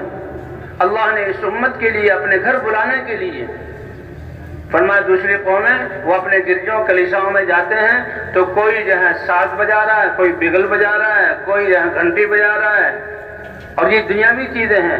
لیکن اس امت کے لیے اللہ نے اللہ اکبر، جب نمازیں مکہ مکرمہ میں نمازیں فرض ہوئی انفرادی، مدینہ منورہ میں کیونکہ اس دین میں اجتماعیت ہے، جماعت ضروری قرار دی گئی۔ اب جماعت کے ساتھ نماز ادا کرنا اب کیسے بلایا جائے؟ تو حضور صلی اللہ علیہ وسلم نے صحابہ سے مشورہ کیا۔ کسی نے کہا کہ جی لوہے کی تختی دروازے پر لٹکائی جائے، گھن یا جو ہے ہتھوڑے سے اس کو مارا جائے، ایک گونج پیدا ہوگی، بہت دور تک آواز جائے گی۔ اور صحابہ کے دل تو مسجدوں کے ساتھ اٹکے ہوئے تھے، ہر وقت کہ کب نماز کا وقت آتا ہے ہم جماعت کی اللہ کے دربار میں حاضری دیں، بادشاہ کے دربار میں حاضری۔ یہ انسان کی کتنی خوش قسمتی ہوتی ہے، اللہ جو رب العالمین بادشاہوں کے بادشاہ۔ کسی نے کہا کہ بغل سینگی سے کوئی چیز لے لی جائے، اس میں آواز پھونک ماری جائے تو کچھ گھروں تک پہنچ جائے گی۔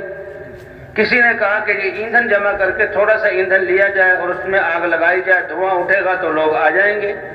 لیکن یہ سب چیزیں ایسی تھی کہ نماز کے ساتھ ان کی مناسبت نہیں تھی، اس پر کوئی رائے نہ بنی۔ صحابہ متفکر ہو گئے۔ عبداللہ ابن زید ابن عبد ربی رضی اللہ تعالی عنہ وہ کہتے ہیں کہ ایسی فکر لگی کہ کہتے ہیں مشورہ کیا ہے، ہمیں دین کے مٹنے کا غم آ جائے اور انسانیت تک پیغام پہنچانے کی فکر لگ جائے، ایسی فکر لگے کہ کھانا بھی اچھا نہ لگے، پینا بھی، نیند بھی اڑ جائے، کھانا بھی اچھا نہ لگے۔ یہ کوئی مصنوعی اور ہنسی مذاق کی بات نہیں ہے، اللہ کے سامنے پیش ہونے کی بات ہے۔ اللہ دیکھ رہے ہیں میرے بندے کتنے فکر مند ہیں۔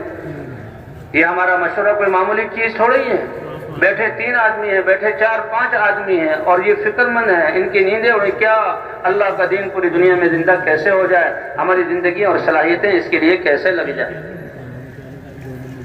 تو یہ بہت بڑی چیز ہے فکر کرنا۔ تو صحابہ وہ عبداللہ ابن زید ابن عبد ربی کے کھانا بھی اچھا نہیں لگ رہا، نیند بھی نہیں آ رہی، کروٹے بدل رہے ہیں، لیکن اس وقت ایک جھونکا سا آ جاتا ہے۔ کل جھونکا آیا، اس میں دیکھا کہ ایک شخص لوہے کی تختی لے کر جا رہا ہے، آواز دی زور سے، قریب بلایا اور کہا بھئی یہ بیچو گے؟ کیوں؟ تو اس کو جو ہے ہم خرید لوں گا اور حضور پہ خدمت میں دے دیں گے، اور اس کو دروازے پر لٹکا کر اس میں گھن مارا جائے گا، ایک گونج پیدا ہوگی، نمازی لوگ جمع ہو جائیں گے، کیا میں تمہیں اس سے اچھے کلمات نہ سکھاؤں؟ کہ بتا دو۔ تو یہ اذان کے 13 کلمات بتائے گئے، 15 کلمات بتائے گئے، اور وہ سارے انہوں نے یاد کر لیے، اور جب جاگے حضور صلی اللہ علیہ وسلم کی خدمت میں آئے، سارا خواب سنایا۔ حضور صلی اللہ علیہ وسلم نے فرمایا، اے عبداللہ ابن زید ابن عبد ربی، یہ اذان تو فرشتہ اللہ نے بھیجا تھا، اور اس فرشتے کے ذریعے یہ کلمات اللہ نے جو ہیں یہ کلمات اللہ نے دیے ہیں، یہ تو اللہ کی طرف سے ملے ہیں، تو لہذا تم یہ بلال کو سکھا دو، وہ تم سے جو ہے اونچی آواز والا ہے، دنیا کی پہلی اذان میرا بلال دے گا۔ بلال کون ہیں کہ غلام ہوتے ہوئے حضور صلی اللہ علیہ وسلم کی جہاں دعوت کو قبول کیا، اس کلمے کو سینے سے لگایا، راتوں کو ان کو کوڑے مارے جاتے اور دن میں بغلوں میں رسیاں باندھ کر مدینہ مکے کی کنکریلی اور نوکیلی پتھر اور آگ کی طرح گرم پتھروں میں دھوپ میں بچے ان کو گاڑی کی طرح گھسیٹتے تھے، لیکن وہ احد احد کی رٹ لگاتے تھے۔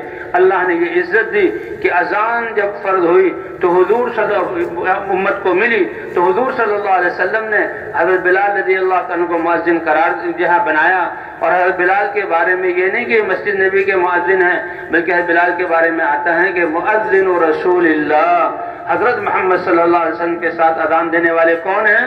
حضرت بلال ہیں۔ حضرت بلال نے جب اذان دی، اللہ اکبر اللہ اکبر، اے عبداللہ، بلال کی آواز گونجنے والی، انہو اندہ صوتم من کا، تم سے اونچی آواز والے ہیں، اس لیے بلال اذان دے گا۔ تو بلال نے اذان دی تو صحابہ آئے، روایت میں آتا 17 صحابہ کو یہ خواب نظر آیا تھا۔ اس نماز کے لیے اللہ نے اذان، اور یہ اذان کے کلمات کیا ہیں؟ یہ کوئی معمولی کلمات ہیں؟ ہم تو اجمی ہونے کی وجہ سے ان کے الفاظ کو نہیں سمجھتے، ہمارے ذہن جو ہیں کوئی دوسرے معاشرے کے ہیں، مؤذن کی ہم قدر نہیں کرتے، ورنہ مؤذن کی اذان سے یہ سارے شیاطین دنیا میں جو انسانوں کو ورغلا رہے ہیں، حدیث میں صاف آتا ہے ان کی اس دعوت کی اذان کی طاقت کی وجہ سے کوئی شیطان ان کی اذانوں کی گونجوں میں رہ نہیں سکتا، وہ فضاؤں میں وہاں چلا جاتا ہے جہاں تک اذان کی آواز جائے، اور جب تک اذان کی فضائیں آواز گونجتی رہتی ہے جس علاقے میں، وہ شیطان نیچے آ ہی نہیں سکتے۔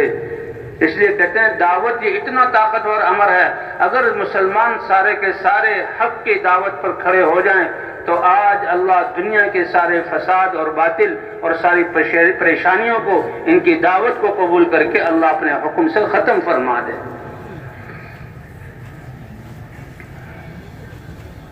حضرت محمد صلی اللہ علیہ وسلم مسجد میں ہیں، لوگوں کی صفوں کو سیدھا کر رہے ہیں، صف سیدھے کرتے ہوئے صفوں کو چیرا، اور مستورات کی جو صفیں تھے وہاں پہنچ گئے اور ان سے کہا یا معاشر النساء، اور عورتوں کی جماعت، دیکھو یہ میرا بلال حبشی جب اذان دے تو اس کی اذان کے الفاظ کو سنو، اور جیسے یہ الفاظ کہہ رہا ہے ایسے الفاظ دہراؤ۔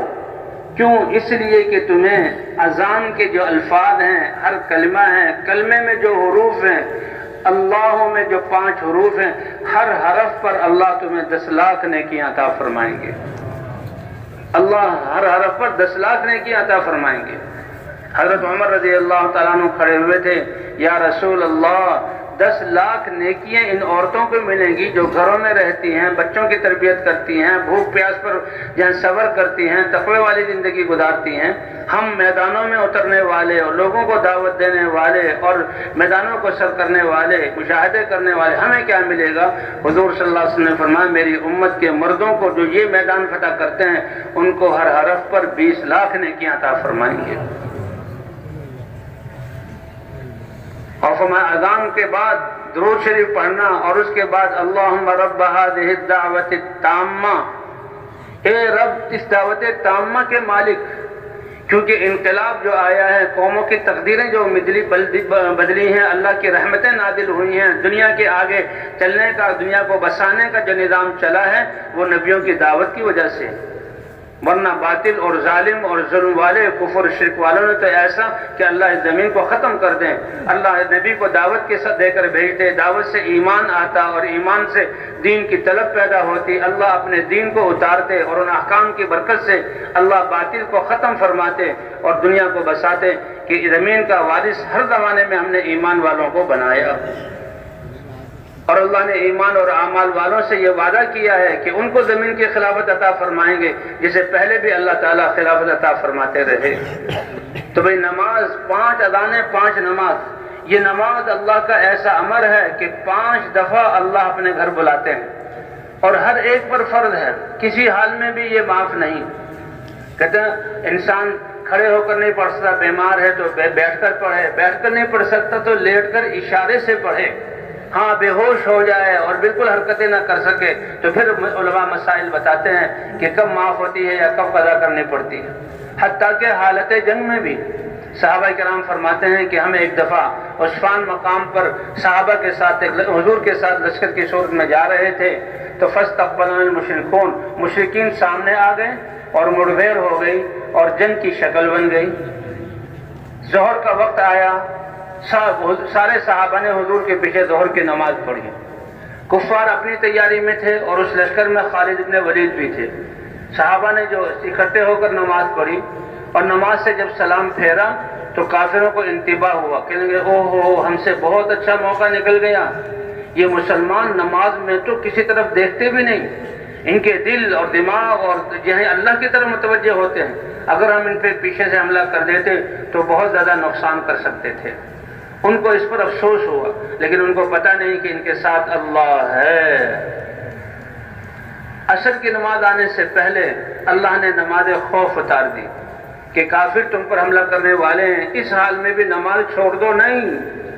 اے محمد صلی اللہ علیہ وسلم اپنے صحابہ کی 2 جماعتیں بنائیے اور ایک جماعت کو کافروں کے سامنے کھڑا کر دیجیے، ایک جماعت کو 1 رکعت پڑھائیں، یہ 1 رکعت پڑھ لیں تو یہ دشمنوں کے سامنے چلی جائیں اور دشمن کے سامنے جو کھڑے وہ پیچھے آ کر آپ اپنی 1 رکعت پوری کر لیں، آپ کی نماز پوری ہو جائے گی اور پھر بعد میں وہ 1 رکعت پوری کریں گے۔ یہ تفصیل ہے، علماء بتاتے ہیں، قرآن میں لکھا ہوا ہے۔ اب کافر ان کے رنگ اڑ گئے اور ان کے پاؤں تلے کی زمین نکل گئی۔ حضرت خالد بن ولید کہتے ہیں مجھے تو اسی وقت یقین ہو گیا تھا کہ محمد صلی اللہ علیہ وسلم کی نصرت تو آسمانوں سے ہو رہی ہے۔ یہ نماز تو اتنا پیارا، اللہ کو اتنا محبوب عمل ہے کہ نہ بیماری کی حالت میں معاف ہے نہ حالت جنگ میں، اور یہ اتنا پیارا عمل ہے کہ انسان کے جسم کو پاکیزہ بنا دیتا ہے۔ اس لیے کہتے ہیں ساری چیزوں کے تاثر اور خوف اور امید کو اور یقین کو نکال کر اللہ کے ذات پر یقین، اللہ سے خوف، اللہ سے امید اور اللہ کے امر کا تاثر دل میں آ جائے، اس کے لیے ہر وقت ہمیں دعوت دینی پڑے گی، کیونکہ اس کلمہ لا الہ الا اللہ کا تقاضا کیا ہے؟ یقین بدلیں، ساری چیزوں سے یقین ہٹ کر اللہ کی ذات پر آئیں، جذبات بدلیں کہ ہم پاکستانی نہیں، ہم فلاں قوم سے نہیں، اور ہم جو ہے فلاں کام والے نہیں، ہم تو اللہ کے بندے ہیں، حضرت محمد صلی اللہ علیہ وسلم کی امت میں ہیں، سب سے پہلے ہم اللہ کے بندے ہیں۔ اللہ کے بندے ہونے کے سے اللہ کے حکم کو ماننا اور نبی صلی اللہ علیہ وسلم کے طریقے پر ماننا، اور پھر اپنے طور طریقے کو بدلیں کہ ہمارا سارا معاشرہ اللہ کے حکم اور نبی کے طریقے پر آ جائے۔ تو کہتے ہیں یہ نماز ایک ایسا عمل ہے کہ اس سے انسان جیسے دعوت سے ایمان اور یقین بنتا ہے اور یقین سے دین پر چلنے کی استعداد پیدا ہوتی ہے، تو اسی طرح نماز سے انسان کا جسم پاکیزہ بنتا ہے۔ ان الصلاۃ تنہی عن الفحشاء والمنکر، نمازوں کو بنو، اس لیے کہ نمازوں کو بھی بنانے کا حکم ہے۔ اللہ ہمیں وہ نمازیں پڑھنے سے بچائے کہ جو نمازیں انسان کے جسم سے نکلتی ہیں وہ بد دعا دیتی ہیں کہ تو یہ نماز تو سیاہ کپڑے میں لپیٹی جا رہی ہے اور تیرے منہ پہ ماری جا رہی ہے، اللہ تجھے بھی ایسا ضائع کرے جیسا تو نے مجھے ضائع کر دیا۔ کہ نمازوں کو بنانا، اسی لیے نماز کیسا 10 منٹ کا عمل ہے کہ نیت بھی جو ہے بالکل ذہن بھی اللہ کی طرف ہو، دل بھی اللہ کی طرف متوجہ ہو اور سارے اعضاء اللہ کے احکام کے پابند ہوں۔ ہاتھوں کے لیے بھی حکم ہے، زبان کے لیے بھی حکم ہے، کان کے لیے بھی حکم ہے، آنکھ کے لیے بھی حکم ہے، پاؤں کے لیے بھی حکم ہے۔ 10 منٹ کے لیے اپنے ان سارے اعضاء کو اللہ کے حکم کا پابند کر دو۔ اگر تاجر ہو تو تجارت پاکیزہ بن جائے گی، اگر حاکم ہو تو دفتر میں پاکیزہ کام کرو گے، اگر عدل سے قضاء سے تعلق ہے تو قلم سے صحیح فیصلے صادر ہوں گے، اگر زمینداری سے تعلق ہے تو زمینداری میں اللہ کے احکام کے مطابق تمہارے جسم سے اعمال صادر ہوں گے، اور اگر تم مزدور ہو تو اس مزدوری میں اللہ کے حکم کے مطابق، اور گھر کے سربراہ ہو تو جتنے بھی شعبے ہیں وہ سب ٹھیک ہوں گے جبکہ ہماری نماز ٹھیک ہو جائے گی۔ تو کیا خیال ہے بھائی، نمازوں کو ٹھیک کرنے کی محنت کرنی ہے؟ ہاں، یہ محنت ہے، یہ میدان ہے، اللہ نے ہمیں عطا فرمایا ہے۔ ان الصلاۃ تنہی عن الفحشاء والمنکر، یہ نماز تمہیں ہر نماز 10-15 منٹ کی اور ایسی کہ سارے اعضاء کو اللہ کے حکم کا پابند بنانا۔ صحابہ کہتے ہیں کہ ایک شخص مسلمان ہوئے اور مسلمان ہو کر ان میں کچھ پرانی عادتیں تھیں، تو وہ بھی کرتے تھے. ہم نے حضور سے عرض کیا یا رسول اللہ یہ مسلمان تو ہو گیا, ایمان تو لے آیا, لیکن یہ تو یہ اعمال کرتا ہے. حضور صلی اللہ علیہ وسلم نے فرمایا تم دیکھو گے اس کی یہ نماز ان ساری چیزوں سے روک دے گی. کہ ہم نے دیکھا ماشاء اللہ اس کی نماز سے وہ سارے برے کام سے چھوٹ گئے, اور وہ اللہ نے جو خصائل حمیدہ حسن اسلام ہو, اور ان کا اسلام بہت خوبصورت بن گیا. اس لیے بھائی اللہ تعالیٰ نے یہ نماز کی دولت ہمیں عطا فرمائی ہے کہ نماز کے بننے سے ہمارے سارے جہاں اعمال کے چلنے کی استعداد پیدا ہوگی. اللہ نے یہ مبارک دین اور احکام اتارا ہے, ایک ایک حکم کی جہاں قیمت جو ہے ساتوں زمین اور آسمان سے زیادہ قیمتی ہے. اس کہتے ہیں اسلام اللہ نے ہمیں مسلمان پیدا کی ہے اس ایمان کی وجہ سے. تو کہتے ہیں مسلمان جب مسلمان بھائی کی عیادت کرتا ہے, عیادت کیا ہے, اس کے پاس جانا, اس کو تسلی دینا اور اس کی یہ بتلانا یہ بیماری اللہ کی رحمت ہے. کہتے ہیں صحت اللہ کی نعمت ہے, بیماری اللہ کی رحمت ہے. اس بیماری سے انسان کے گناہ معاف ہوتے ہیں. ایک حدیث میں آتا ہے, روایت ہے, اس میں آتا ہے کہ اللہ تعالیٰ جب اپنے بندے کو قریب کرنا چاہتے ہیں فرمایا کہ میں ایسے اس کو ابتلا میں ڈالتا ہوں کہ وہ بستر پر آ جاتا ہے, بیمار ہو کر بستر پر پڑا ہوا ہے. کہ اس کے پاس عیادت کرنے والے آتے ہیں, تو جب وہ عیادت کرنے والے حال احوال پوچھتے ہیں فرمایا میں اپنے بندے کے الفاظ کو سنتا ہوں کیا کہہ رہا ہے, لیکن بندہ اس حالت میں بھی صبر کرتا ہے اور اللہ کے حمد کے کلمات کہتا ہے کہ اللہ کی طرف سے ہے. فرمایا کہ ادھر وہ بیمار یا تو موت آئے گی تو ایسے جسم کو پاک صاف کر کے گناہوں سے میں اس کو موت دوں گا, میرے سامنے پاک صاف بن کر حاضر ہوگا. اور اگر اس کو زندگی ملے گی تو ایسی زندگی ملے گی کہ اس کا خون بھی پاکیزہ اور جسم کا رواں بھی پاکیزہ. میں اس کے خون سے بہتر خون عطا کروں گا اور اس کے گوشت سے بہتر گوشت عطا کروں گا. صحابہ کرام نے عرض کیا یا رسول اللہ یہ بہتر خون اور یہ بہتر گوشت کا کیا مطلب؟ کہ اس کے جتنے بھی گناہ کے جراثیم ہیں وہ اس کو نکال دوں گا اور اس گناہوں کی نحوستیں جو اس کے جسم میں تھی اس کو پاک کر دوں گا اور اس کی پاکیزہ زندگی. اس لیے ایک روایت میں پڑھا تھا کہ مسلمان اللہ کے راستے میں نکل کر تھک جائے, تھک کر اس کو سر میں درد ہو اور چند گھڑی کی کوئی بیماری تکلیف آ جائے, اللہ اس کے صغائر گناہ کو اس تکلیف کی وجہ سے معاف کر دیتے ہیں. اور بھائی یہ بیماریوں سے جہاد نہیں کرنا, یہ تو اللہ کی طرف سے آتی ہیں ہمارے درجات کو بلند کرنے کے لیے. کہ صحت اگر نعمت ہے تو بیماری میں اللہ کی رحمتیں اترتی ہیں. وہ تو ان برے اعمال کو چھوڑنا ہے جس کی طرف سے اللہ کی طرف سے مصائب آتے ہیں.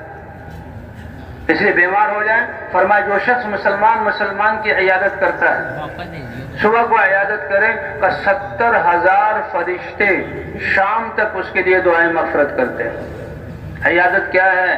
لا باس طہور انشاءاللہ, یہ اللہ کی طرف سے ہے, اس پہ صبر کرو, اللہ تمہیں شفا عطا فرمائے, کوئی پریشانی کی بات نہیں, اللہ تمہیں گناہوں سے پاک کر رہے ہیں. تسلی اور بیمار کو تسلی ہو جائے تو فرمایا 70,000 فرشتے اس کے لیے دعا کریں گے. اور اگر کوئی شام کو اپنے مسلمان بھائی کی عیادت کرتا ہے تو 70,000 فرشتے اس کے لیے استغفار کرتے ہیں صبح تک. تو جس کے 1000 اگر جہاں اس کے عیادت کرنے والے ہیں تو ایک ایک کے لیے اللہ تعالیٰ 70,000 فرشتوں کو مشغول کر دیتے ہیں. تو جس بیمار کی وجہ سے ان کو یہ نعمتیں ملی ہیں, اس بیماری پر صبر کرنے کی وجہ سے اللہ اس کو کتنا اجر عطا فرمائیں گے. مجلس میں حضرت ابوبکر صدیق تھے, حضرت عمر بھی تھے. حضور صلی اللہ علیہ وسلم نے پوچھا کہ بھئی آج اپنے گھر سے آتے ہوئے روزہ کس نے رکھا ہے؟ ابوبکر نے ہاتھ اٹھایا کہ اللہ کے رسول میں نے رکھا ہے. عمر کہنے لگے اچھا, ابوبکر اس میدان میں مجھ سے آگے بڑھ گئے تو روزہ بھی مجھے بھی کثرت سے رکھنا چاہیے. حضور پوچھے تو میں بھی کہوں میں نے روزہ رکھا ہے. اچھا تم میں سے آتے ہوئے کس نے فقیر کو کچھ صدقہ بھی دیا ہے؟ حضرت ابوبکر نے کہا یا رسول اللہ میں نے صدقہ بھی دیا. یعنی یہ ایسی ان لوگوں کی ہمدردی, تو اس دن کے صدقہ بھی دیا. تم میں سے جہاں گھر سے نکلتے ہوئے بیمار کی عیادت کس نے کی ہے؟ تو ابوبکر نے کہا یا رسول اللہ میں نے عیادت بھی کی ہے. بیمار تو ہوتے ہیں اور یہ بیمار ہمارے درجات کو بلند کرنے کے لیے. جنازے کے پیچھے کون چلا ہے؟ یا رسول اللہ جنازے کے پیچھے جانے کا موقع ملا کہ جس مسلمان کے ایک دن میں یہ 4 اعمال جمع ہو جائیں اللہ اس کے لیے جنت کو واجب کر دیتے ہیں. اللہ اس کے لیے جنت کو واجب کر دیتے ہیں. تو اس لیے بھائی یہ انبیاء کرام کی دعوت اور اللہ کا وعدہ، ایمان اور اعمال پر اللہ دنیا بھی بناتے ہیں، بل آخرت بھی، پہلے آخرت بناتے ہیں، اللہ دنیا بھی بنا دیتے ہیں۔ اس لیے کہتے ہیں وہ تاجر جو اپنی تجارت میں صداقت والا ہو، امانت والا ہو، صادق اور امین ہو، ایک روایت میں اس کا حشر انبیاء، صدیقین، شہداء، صالحین کے ساتھ ہوگا، اور جو اپنے آپ کو تجارت میں لگاتا ہو تاکہ میں اور میرے بچے وہ سوال کرنے سے بچیں، اللہ کی اطاعت میں لگیں، تو اس کا وہ قیامت میں جو اس کا حشر ہوگا تو اس کا چہرہ چاند کی طرح چمک رہا ہوگا۔ اس لیے انبیاء کرام دعوت کو لے کر آتے تھے، اور دعوت سے ایمان بنتا تھا، اور ایمان بننے سے طلب پیدا ہوتی تھی کہ اللہ کیا چاہتے ہیں، اللہ دین اتارتے، اور ان حق والوں کی وجہ سے اللہ باطل کو ختم فرماتے، دنیا میں بساتے۔ سب سے آخر میں سارے نبیوں کے سردار حضرت محمد صلی اللہ علیہ وسلم تشریف لائے۔ آپ انبیاء کے سردار ہیں، آپ اللہ کے حبیب ہیں۔ جب اللہ کے محبوب ہیں تو اس کا تقاضا آپ کو تو شروع ہی سے جنت میں رکھا جاتا، یا اللہ عرش میں اپنے ساتھ رکھتے، لیکن اللہ فرماتے اے انسانوں، تم پر احسان کرنے کے لیے، تمہیں گمراہی سے نکالنے کے لیے اور تمہیں کامیاب کرنے کے لیے میں نے اپنے حبیب کو کچھ عرصے کے لیے تم میں بھیج دیا، بھیجا سب سے سخت علاقے میں، بھیجا سب سے زیادہ سخت لوگوں میں اور سب سے زیادہ مخالفت کرنے والوں میں، اور بھیجا سب سے سخت حالات میں بھیجا۔ یہ اللہ کا احسان ہے۔ لقد من اللہ علی المؤمنین اذ بعث فیہم رسولا من انفسهم یتلو علیہم آیاتہ ویزکیہم ویعلمہم الکتاب والحکمہ وَإِن كَانُوا مِن قَبْلُ لَفِي ضَلَالٍ مُبِينٍ۔ ایمان والوں نے فائدہ اٹھایا، اس لیے ان کی تعلیم ظاہر کرنے کے لیے اللہ نے ذکر کیا، ورنہ تو وَمَا بَعَثْنَاكَ إِلَّا رَحْمَةً لِلْعَالَمِينَ، آپ کے سارے عالم کے لیے رحمت بن کر آئے ہیں۔ تبارک الذی نزل الفرقان علی عبدہ لیکون للعالمین نذیرا، بابرکت ہے وہ بذات جس نے اپنے بندے حضرت محمد صلی اللہ علیہ وسلم پر ایک حق اور باطل کو الگ الگ کر کے بیان کرنے والی کتاب اتاری، تاکہ حضور صلی اللہ علیہ وسلم سارے عالموں کے لیے ڈرانے والے ہوں۔ اللہ کے رسول صلی اللہ علیہ وسلم اسی لا الہ الا اللہ کی کلمے کی دعوت کو لے کر آئے، اور پھر اللہ نے اپنا دین اتارا، امت کو اس دین پر چلایا۔ پورا قرآن حضور صلی اللہ علیہ وسلم نے دیا۔ جب آپ آئے تو دنیا سخت ترین، جس علاقے میں آئے وہ سخت ترین جاہلیت والا دور تھا، انسان انسانیت سے دور نکل کر حیوانیت میں جا چکا تھا، کہ بیت اللہ کے چاروں طرف 360 بت، اللہ کے سامنے سر جھکانے کے بجائے بتوں کے سامنے، اور اپنی بیٹیوں کو زندہ قبر میں دفن کرنا، اور اپنے بیٹوں کو فقر کے ڈر سے گلا گھونٹ کر مار دینا۔ ان ایسے وہ سخت دل لوگ تھے، بات بات پر دوسرے کی جان لے لیتے تھے، اور روم اور فارس ان لوگوں کی تربیت اور اصلاح سے عاجز تھے۔ اللہ نے، کیونکہ نبیوں کی محنت سے انسان بنتے، آج سارے ہم چیزوں کو بنانے کی محنت تو کر رہے ہیں، لیکن جو چیزوں کو چلانے والا انسان، اس کے بنانے کی محنت سے ہم غافل ہیں، اس لیے چیزوں کی کثرت ہوتے ہوئے سارے انسان پریشان ہیں۔ اللہ نے نبیوں کو انسانوں پر محنت کرنے کے لیے دلوں کی زمین بن جائے، دعوت سے جہل مذہب کی زمین تیار ہوتی ہے، اور پھر فضائل سے اس میں جو ہے وہ احکام زندہ ہوتے ہیں۔ تو حضور صلی اللہ علیہ وسلم بھی لا الہ الا اللہ کی دعوت لے کر آئے۔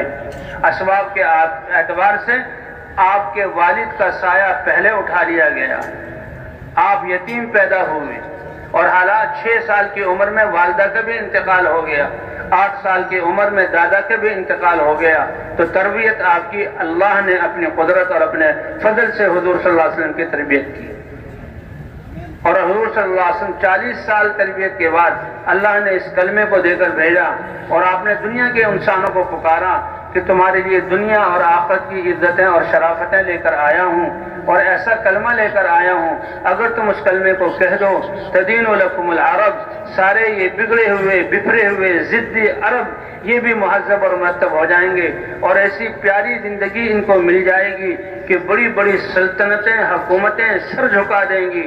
تو ادی الیکم الجزیہ العجم، اور یہ عجم اور حکومتیں تمہارے سلیقے اور آداب کو اپنا لیں گی، اور اس وعدے کو پورا کرنے میں صدیاں نہیں گزری 23 سال کی محنت میں ایک مجموعہ صحابہ کرام کا ہوا لاکھوں کا، اور وہ اس محنت کو لے کر اٹھے، اور 80 سال کے عرصے میں مدینہ منورہ سے جی ہاں بلقان کی ریاستیں، سارا افریقیہ اور پھر اسپین تک صحابہ پہنچے، خراسان سے لے کر آرمینیا آذربائیجان تک پہنچے، اور منگولیا تک صحابہ کرام یہاں پیدل چل کر ان دشتوں کو پار کرتے ہوئے پہنچے، اور دعوت ایسی دی کہ ان ملکوں کو اپنے ساتھ ملا لیا کہ جہاں جہاں جاتے تھے ایک زندگی لے کر جاتے تھے۔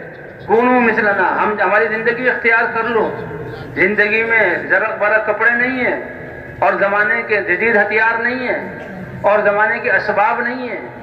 کیا ہے ہمارے پاس؟ ایمان، اللہ کی معرفت، اللہ سے تعلق، اللہ کی مدد، اللہ کی رحمت، اور اللہ کا اتارا ہوا پیارا مبارک دین، اور حضور صلی اللہ علیہ وسلم والے اخلاق۔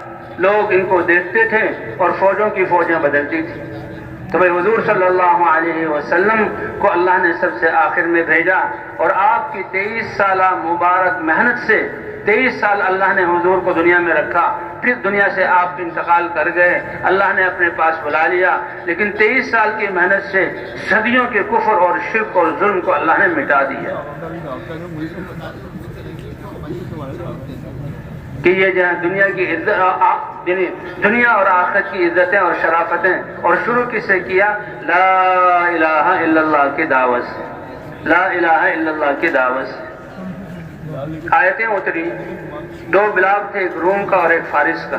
جب آپ نے اس دعوت کو شروع کیا تو اس وقت حالات یہ تھے کہ فارس نے روم پر حملہ کیا تھا، اور روم کو شکست ہوتی جا رہی تھی، اور جیسے بادشاہوں کی عادت بستیوں کو اجاڑنا اور عورتوں کی عزتوں کو لوٹنا، انسانوں کے خون کی ندیاں بہانا، یہ طاقت کی تھی، اور یہ مہذب قومیں تھیں، یہ طاقتور قومیں تھیں۔ انسان کے ساتھ یہ کر رہا تھا، کھوپڑیوں کے مینار لگانا، اور روم بالکل آخری درجے تک پہنچ چکا تھا، اور وہ بار بار اپنی شکست کی وجہ سے صلح کی پیشکش کرتا، لیکن فارس والے اپنے گھمنڈ، طاقت کے گھمنڈ اور تکبر میں ان کی صلح کو رد کر دیتے۔ اللہ نے قرآن اتارا، اور قرآن میں کہا کہ یہ روم جو غالب ہو رہا ہے چند سالوں میں، بضع سنین یعنی 9-10 سال تک، یہ جو مغلوب ہو رہے ہیں یہ غالب ہو جائیں گے فارس والوں پر۔ اب کیونکہ فارس والے وہ بھی بت پرست، آتش پرست تھے، اور وہ یہ مکہ والے بت پرست، ان کی ہمدردیاں فارس والوں کے ساتھ تھی، اور روم والے اگرچہ وہ یہاں بگڑے ہوئے تھے لیکن آسمانی کتاب پر ایمان، اللہ پر ایمان، نبیوں پر ایمان، ان کی مناسبت مسلمانوں کے ساتھ تھی۔ اور قرآن پاک میں یہ آ رہا ہے کہ ابھی تو وہ مغلوب ہو رہے ہیں، اور بضع سنین 9-10 سالوں کے اندر وہ غالب آ جائیں گے۔ تو کفار نے اس کی تصدیق نہیں کی۔ حضرت ابوبکر صدیق کہنے لگے یہ ہمارے رسول کی خوشخبری ہے اور اللہ کا یہ پیغام ہے، یہ ضرور سچا ہوگا۔ ابی ابن خلف اس نے شرط لگا لی، اور اس نے شرط لگائی ٹھیک ہے کہ بالکل سمجھ، یہ تو یہ نہیں دیکھا جو بت پرست ہیں وہ غالب آ رہے ہیں اور جو آسمانی کتاب کو مانتے ہیں وہ مغلوب ہو رہے ہیں، لہذا تم کمزور ہو اور تمہاری طرح لوگ وہ کمزور ہیں۔ لیکن حضرت ابوبکر نے فرمایا کہ اللہ نے خبر دی جیتیں گے، کا شرط رکھ لو۔ تو شرط رکھی کچھ اونٹوں کی کہ اگر جہاں فارس والے غالب رہے تو ابوبکر کو 100 اونٹ دینے ہوں گے، اور اگر روم والے غالب آ گئے تو ابی یہ 100 اونٹ دے گا حضرت ابوبکر کو۔ حضور صلی اللہ علیہ وسلم کی خدمت میں بات آئی تو پھر بضع سنین کچھ سالوں میں تو غزوہ بدر کے موقع پر اللہ نے اپنی اس قدرت کا اظہار کیا کہ غزوہ بدر کے موقع پر صحابہ کرام 313 اور نہتے اور ان کے سامنے 1000 مسلح کافر وہ مقابلے میں آئے۔ اللہ نے 3 گنا فوج کو، صحابہ ان کے پاس اسباب کچھ نہیں اور اللہ کی مدد ان کے ساتھ اور کفاروں کے ساتھ ہتھیار مکمل، اللہ نے فتح دی۔ 170 قتل ہوئے اور 70 وہ قید ہو کر مدینے میں آئے، اللہ نے فتح دی۔ اور ادھر اللہ نے ایسا کیا کہ روم نے آخری حربہ استعمال کیا کہ سامنے سے منظر سے ہٹ گئے اور پیچھے سے فارس پر حملہ کیا، اور حملہ کر کے پھر ان کو شکست دینا شروع کی کہ اللہ نے روم کو فارس پر غلبہ عطا فرما دیا۔ اب حضور صلی اللہ علیہ وسلم مدینے میں لوٹ چلے تو تھے کہ وہ ابو سفیان کا قافلہ ہے، اس سے سامان لے لیں گے۔ مکے والوں نے ہمیں نکالا، اور مکے والوں کے ہر کوئی ایسا آدمی نہیں ہے مکے کا جس کے پیسے اس سامان تجارت میں نہ ہو اور ہتھیار، تو قاعدہ تھا کہ ان کو لے لیا جائے تاکہ مسلمانوں کو تنگ نہ کریں، لیکن اللہ نے اپنی قدرت کو ظاہر کرنا تھا۔ ابو سفیان کا لشکر نکل گیا، اور سامنے جب میدان بدر میں پہنچے تو 1000 جہاں کا لشکر مسلح وہ سامنے تھا۔ اللہ نے مدد اتاری۔ سب سے پہلے تو اللہ نے بارش برسا دی۔ بارش برسانے کی وجہ سے مسلمان ریتیلے علاقے میں تھے، حباب ابن منذر کی جو ہے وہ مشورے سے وہاں آئے تھے، تو وہ وہاں بارش برسی تو وہ ریت سخت ہو گیا، اور کفار کے حصے میں وہ جو ہے چکنی زمین تھی وہ کیچڑ ہو گیا۔ پہلی مدد تو یہ۔ پھر اللہ نے فرمایا ہماری قدرت ظاہر ہوئی کہ کافروں کی نظروں میں تمہیں کم کر دیا تاکہ وہ اپنے مقتل کی طرف، قتلگاہ کی طرف آگے بڑھیں، اور تمہاری نظروں میں ان کی تعداد کو کم کر دیا تاکہ تم بے حوصلہ نہ ہو جاؤ۔ وہ 1000 تھے، اللہ نے کم کر کے دکھلایا، اور یہ 313 تھے، ان کو اور کم کر کے دکھلایا۔ اور پھر اللہ نے تسلی کے لیے، جہاں جو غزوہ بدر میں کفار نے کسی پر تلوار نہیں چلائی، تسلی کے لیے 1000 فرشتے اترے، اور پھر 3000 فرشتے اترے، اور کہا ہم 2000 فرشتے اور اتاریں گے۔ یہ 313 جو آگے بڑھے، کوئی ہتھیار بھی 10 سے زیادہ نہیں تھا۔ 70 آدمی ان کے قتل ہوئے، اور 70 کو قید کیا گیا، اور مسلمانوں کو اللہ نے فتح عطا فرمائی۔ اور اس حال میں حضور صلی اللہ علیہ وسلم کیا کر رہے ہیں؟ حضرت ابوبکر صدیق رضی اللہ تعالیٰ عنہ فرماتے ہیں کہ ہم نے حضور صلی اللہ علیہ وسلم کے لیے ایک جھونپڑی بنا دی، آپ اللہ کے سامنے نماز میں کھڑے ہو گئے اور اللہ سے مانگنا شروع کر دیا، اور آپ کہہ رہے ہیں اللہم ان تہلک هذه العصابہ فلن تعبد علی وجہ الارض بعدہ، اے اللہ یہ میری محنت اور تیرے سامنے ان کو جھکایا، تیری یہ عبادت کرنے والے اگر یہ ہلاک ہو گئے تو پھر روئے زمین پر تیری عبادت کرنے والا کوئی نہیں رہے گا۔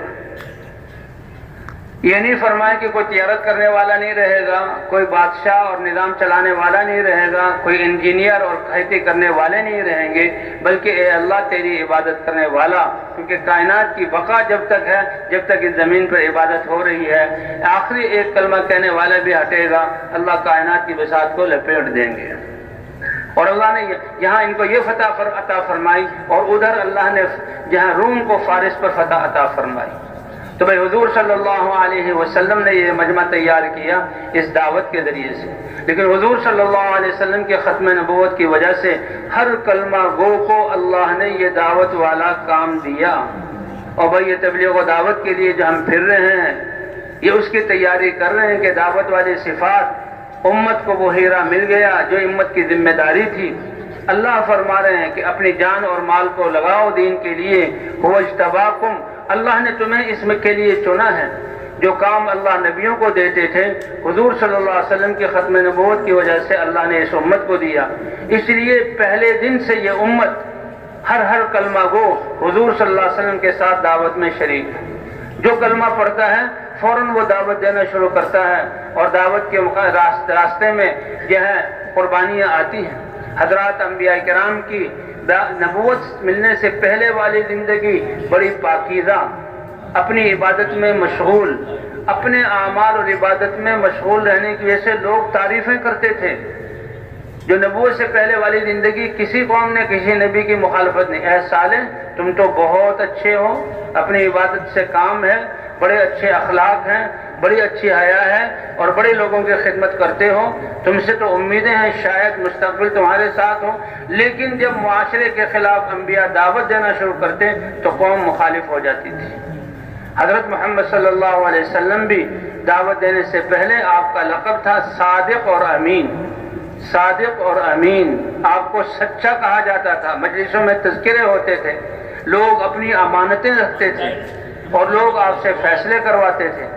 اور ایک یہاں قریش کے تاریخ میں سب سے ایک اہم فیصلہ کہ جب سیلاب آنے کی وجہ سے حضور کی نبوت کے دعوے سے پہلے بیت اللہ گر گیا تھا، اور عرب جہاں قریش نے دوبارہ اس کو بنایا اور اس کو مختصر کیا، تو جب مسئلہ پیش آیا کہ حجر اسود کو بیت اللہ میں نصب کرنا ہے تو یہ بہت بڑی عزت والا کام تھا، کیونکہ یہ مکے والے اور عرب ان کے دلوں میں بیت اللہ کی عظمت گھٹی میں ان کی دل پڑی ہوئی تھی اور اس کا احترام کرتے تھے. اس لیے مکے والے کوئی کسی نے آنے والے حاجیوں کے لیے سقایا پانی پلانے کا کام لیا ہوا تھا, کسی نے جہاں کھانا کھلانے کی خدمت لی ہوئی تھی, کسی نے جہاں بیت اللہ کی دربانی کا کام لیا ہوا تھا اور اس کو عزت کا کام سمجھتے تھے. تو حجر اسود کو اس دیوار پر نصب کرنا یہ بہت بڑی عزت کا کام تھا, لیکن ان کو خطرے کی گھنٹی بھانپ گئے کہ اس میں ہر قبیلہ یہ چاہے گا کہ یہ عزت مجھے حاصل ہو سکتا ہے تلواریں اٹھ جائیں اور بیت اللہ میں خون ریزی ہو جائے. اس کی باریکیوں کو دیکھ کر انہوں نے خود کہا کہ بھئی اس کے لیے تو کچھ سوچنا چاہیے. وہ سب جمع ہو کر بیٹھ گئے اور کہنے لگے اب بیٹھنے کے بعد جو سب سے پہلے اس دروازے سے بیت اللہ میں داخل ہوگا ہم اس کو اپنا فیصل اور قاضی بنا لیں گے, جو وہ فیصلہ کرے گا ہم وہ مان لیں. پھر باقی لوگ جو ہیں اس کے خلاف ان کے جذبات نہ ابھریں, سب نے مان لیا. تو یہی تھا کہ وہ کسی ایک قبیلے کے بارے میں فیصلہ کر دیں گے, پھر کوئی باتیں بھی چل سکتی تھی. حضور صلی اللہ علیہ وسلم آئے, سب کی باشیں کھل گئیں, سب خوش ہو گئے کہ بہت مبارک انسان, بہت عقل مند انسان. آپ صلی اللہ علیہ وسلم نے جب یہ ساری بات سنی تو کہا آ جاؤ. آپ نے اپنی چادر, کتنے قبیلے بیٹھے ہوئے اتنے, کہ ہر قبیلے کا سردار اٹھ جائے. ہر قبیلے کے سردار کو اٹھایا اور آپ ان کو لے چلے اس طرف جہاں حجر اسود رکھا ہوا تھا. آپ نے اپنے کندھے سے چادر اتار کر چادر کو پھیلایا اور اپنے دستے مبارک سے حجر اسود چادر کے بالکل بیچ میں رکھ دیا اور کہا سارے سردار کناروں سے اس جہاں چادر کو اٹھا لیں.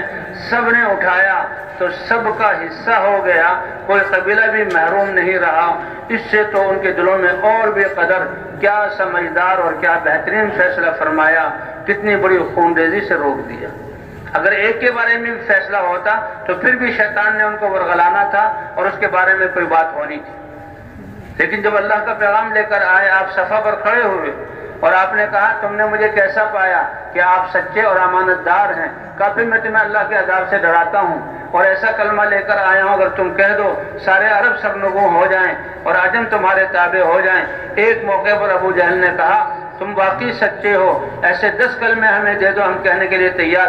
فرمایا پھر سن لو, وہ کلمہ لا الہ الا اللہ ہے کہ جس میں تمہارے سارے باطل خداؤں کی نفی اور اللہ کی ذات کا اس بات, اس پر ایمان. تو کپڑے جھاڑتے ہوئے کھڑے ہو گئے اور ابو جہل نے کہا اما ہذہ فلا, یہ کلمہ میں کہنے کے لیے تیار نہیں. لیکن بہرحال حضور صلی اللہ علیہ وسلم اس کی دعوت کو لے کر چلے. اب جو اس کلمے کو قبول کرتا ہے فوراً اس کی دعوت دینا شروع کرتا ہے. حضرت ابوبکر صدیق رضی اللہ عنہ, ان نے کلمے کو قبول کیا تو پہلے دن 5 اور دوسرے دن 6 یا 4 اور 5 چونکہ یہ مکے کے خواص میں سے تھے, خواص لوگوں کو ترغیب دے کر دعوت دے کر حضور کی خدمت میں لائے. حیات صحابہ میں لکھا ہوا ہے. حضرت ابو ذر غفاری رضی اللہ تعالیٰ عنہ, پہلے انہوں نے اپنے بھائی کو بھیجا اور بھائی آیا, حالات دیکھے, حالات بیان کیے تو بڑے ڈراؤنے حالات تھے, تسلی نہ ہوئی, خود آئے اور بڑے بہادر تھے. جو ہی مکے میں داخل ہوئے تو مکے کے حالات کو دیکھ کر ڈر گئے اور ہمت نہ ہوئی کہ میں پوچھ لوں کہ بھئی محمد صلی اللہ علیہ وسلم کون ہیں. 3 دن تک پھرتے رہے. شام کو بیت اللہ میں آتے, حضرت علی رضی اللہ تعالیٰ عنہ اپنے گھر لے جاتے اور مہمان نوازی کرتے, سلاتے. 4تھے دن حضرت علی نے پوچھا بھائی کیا بات ہے, 3 دن سے پھر رہے ہو. 3 دن پوچھا ہی نہیں, اور جب پوچھا تو انہوں نے کہا ایک شرط ہے کہ آپ مجھ سے عہد دیں کہ آپ کسی کو بتائیں گے. کہا بالکل نہیں بتاؤں گا. ڈرے ہوئے تھے حالات سے. کہا میں اس ہستی کو اس سے ملنا چاہتا ہوں. کہا ٹھیک ہے, سمجھ گیا, میرے ساتھ چلو. جب ہم اس راستے پر چلیں گے, جب مجھے احساس ہو کہ کوئی جہاں ہمارا پیچھا کر رہا تو میں بیٹھ جاؤں گا جیسے کہ میں پیشاب کر رہا ہوں یا جوتا ٹھیک کر رہا ہوں, اور تم چلتے رہنا. اس طرح حضور کی خدمت میں پہنچے. حضور کے چہرے کو دیکھتے ہی متاثر ہو گئے کہ یہ جھوٹا چہرہ ہو ہی نہیں سکتا. پھر آپ صلی اللہ علیہ وسلم نے اسلام کے محاسن کو بیان کیا اور اپنے رسول ہونے کو, اللہ کی وحدانیت کو بیان کیا اور اس کلمے کی دعوت دی. بس دعوت دیتے ہی فوراً وہ اسلام میں داخل ہوئے اور جو ہی لا الہ الا اللہ محمد الرسول اللہ کا کلمہ پڑھا, سارے تاثرات دل سے نکل گئے اور ایک اللہ کی وحدانیت کا یقین دل میں آ گیا. اور اس یقین کے آتے ہی مکے والوں کی ہمدردی اور خیرخواہی کا جذبہ ابھرا. اے اللہ کے رسول مجھے اجازت دیجیے میں ان لوگوں کو، یہ آپ کی قوم ہے، ان کو دعوت دوں۔ حضور نے فرمایا نہیں، مجھے ڈر ہے تمہیں یہ تکلیف پہنچائیں گے، تم اپنے علاقے میں جاؤ اور وہاں اس کی دعوت دو، اور ایک دن میرا کلمہ غالب آ کر رہے گا، پھر میرے پاس آ جانا اور مجھ سے کہنا، مجھ سے مل جانا۔ کہ نہیں یا رسول اللہ۔ اسی وقت گئے اور بیت اللہ میں دیکھا کہ اسلام کے خلاف سارے سردار اپنی قوموں کے ساتھ بیٹھے ہوئے اسکیمیں بنا رہے ہیں، ان میں جا کر اس کلمے کو پڑھا۔ اور کلمہ پڑھنے کا مقصد کیا تھا کہ دیکھو میں غفار کا آدمی ہوں، مجھے کوئی لالچ نہیں ہے، یہ کلمہ حق ہے، میں غیر ہوتے ہوئے حضور کے کلمے کو پڑھ چکا ہوں، تم زیادہ حقدار ہو، تم اس کلمے کو پڑھ لو۔ لیکن ان کے دل ایسے جہالت کے جو ہے وہ جذبے سے بھرے ہوئے تھے، سب کھڑے ہوئے اور ایک اجنبی اور پردیسی آدمی کی ایسی پٹائی کی کہ حضرت عباس رضی اللہ تعالیٰ عنہ دوڑتے ہوئے آئے اور اپنے جسم کو ان کے اوپر ڈالا، کیونکہ بڑے جسم والے تھے، اور ان کے واروں کو اپنے اوپر برداشت کر کے ان سے کہا یہ آدمی اگر مر گیا تو یہ قبیلہ غفار کا ہے، تمہاری یہ ہے سردیوں کی جو گرمیوں کی جو تمہاری تجارت شام کی طرف ہے وہ بند ہو جائے گی اور تم بھوکے مرو گے۔ تو اس پر چھوڑا اور یہ ایسے زخمی ہو گئے تھے کہ بے ہوش مرنے کے قریب، لیکن پھر دوسرے دن آ کر دعوت دے رہے ہیں اور پھر تیسرے دن آ کر دعوت دے رہے ہیں۔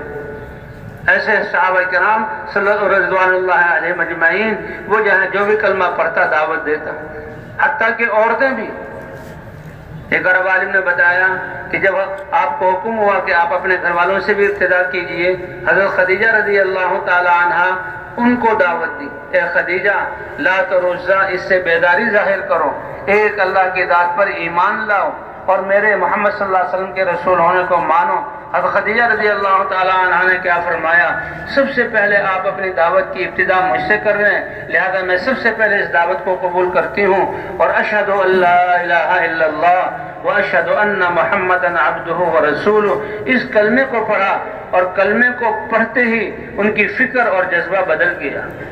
یہ وہ ہستی ہیں جو آسمانوں سے اللہ نے اپنے نبی کی صحبت اور بیوی بننے کے لیے، بچوں کی ماں ہونے کے لیے چھانٹا، حالانکہ آپ کی 15 سال عمر حضور سے بڑی تھی اور بہت بڑی تاجرہ تھی اور شام سے تجارت ہوتی تھی، اور حضور کے گھر میں بچے اور آپ نعمتوں کی وافر مقدار ہے، لیکن جب یہ ذمہ داری ملی اور کلمہ پڑھا تو فوراً تجارت کی فکر ان کے دل سے نکل گئی، اور اب تو اپنی صلاحیتیں اور اپنا مال اور جان اس دین کو پھیلانے میں، حضور کی نصرت کرنے میں اتنی جلدی صرف کیا کہ چند دنوں بعد ہی سارا مال ختم ہو گیا اور اس گھر میں بھی فاقہ آ گیا۔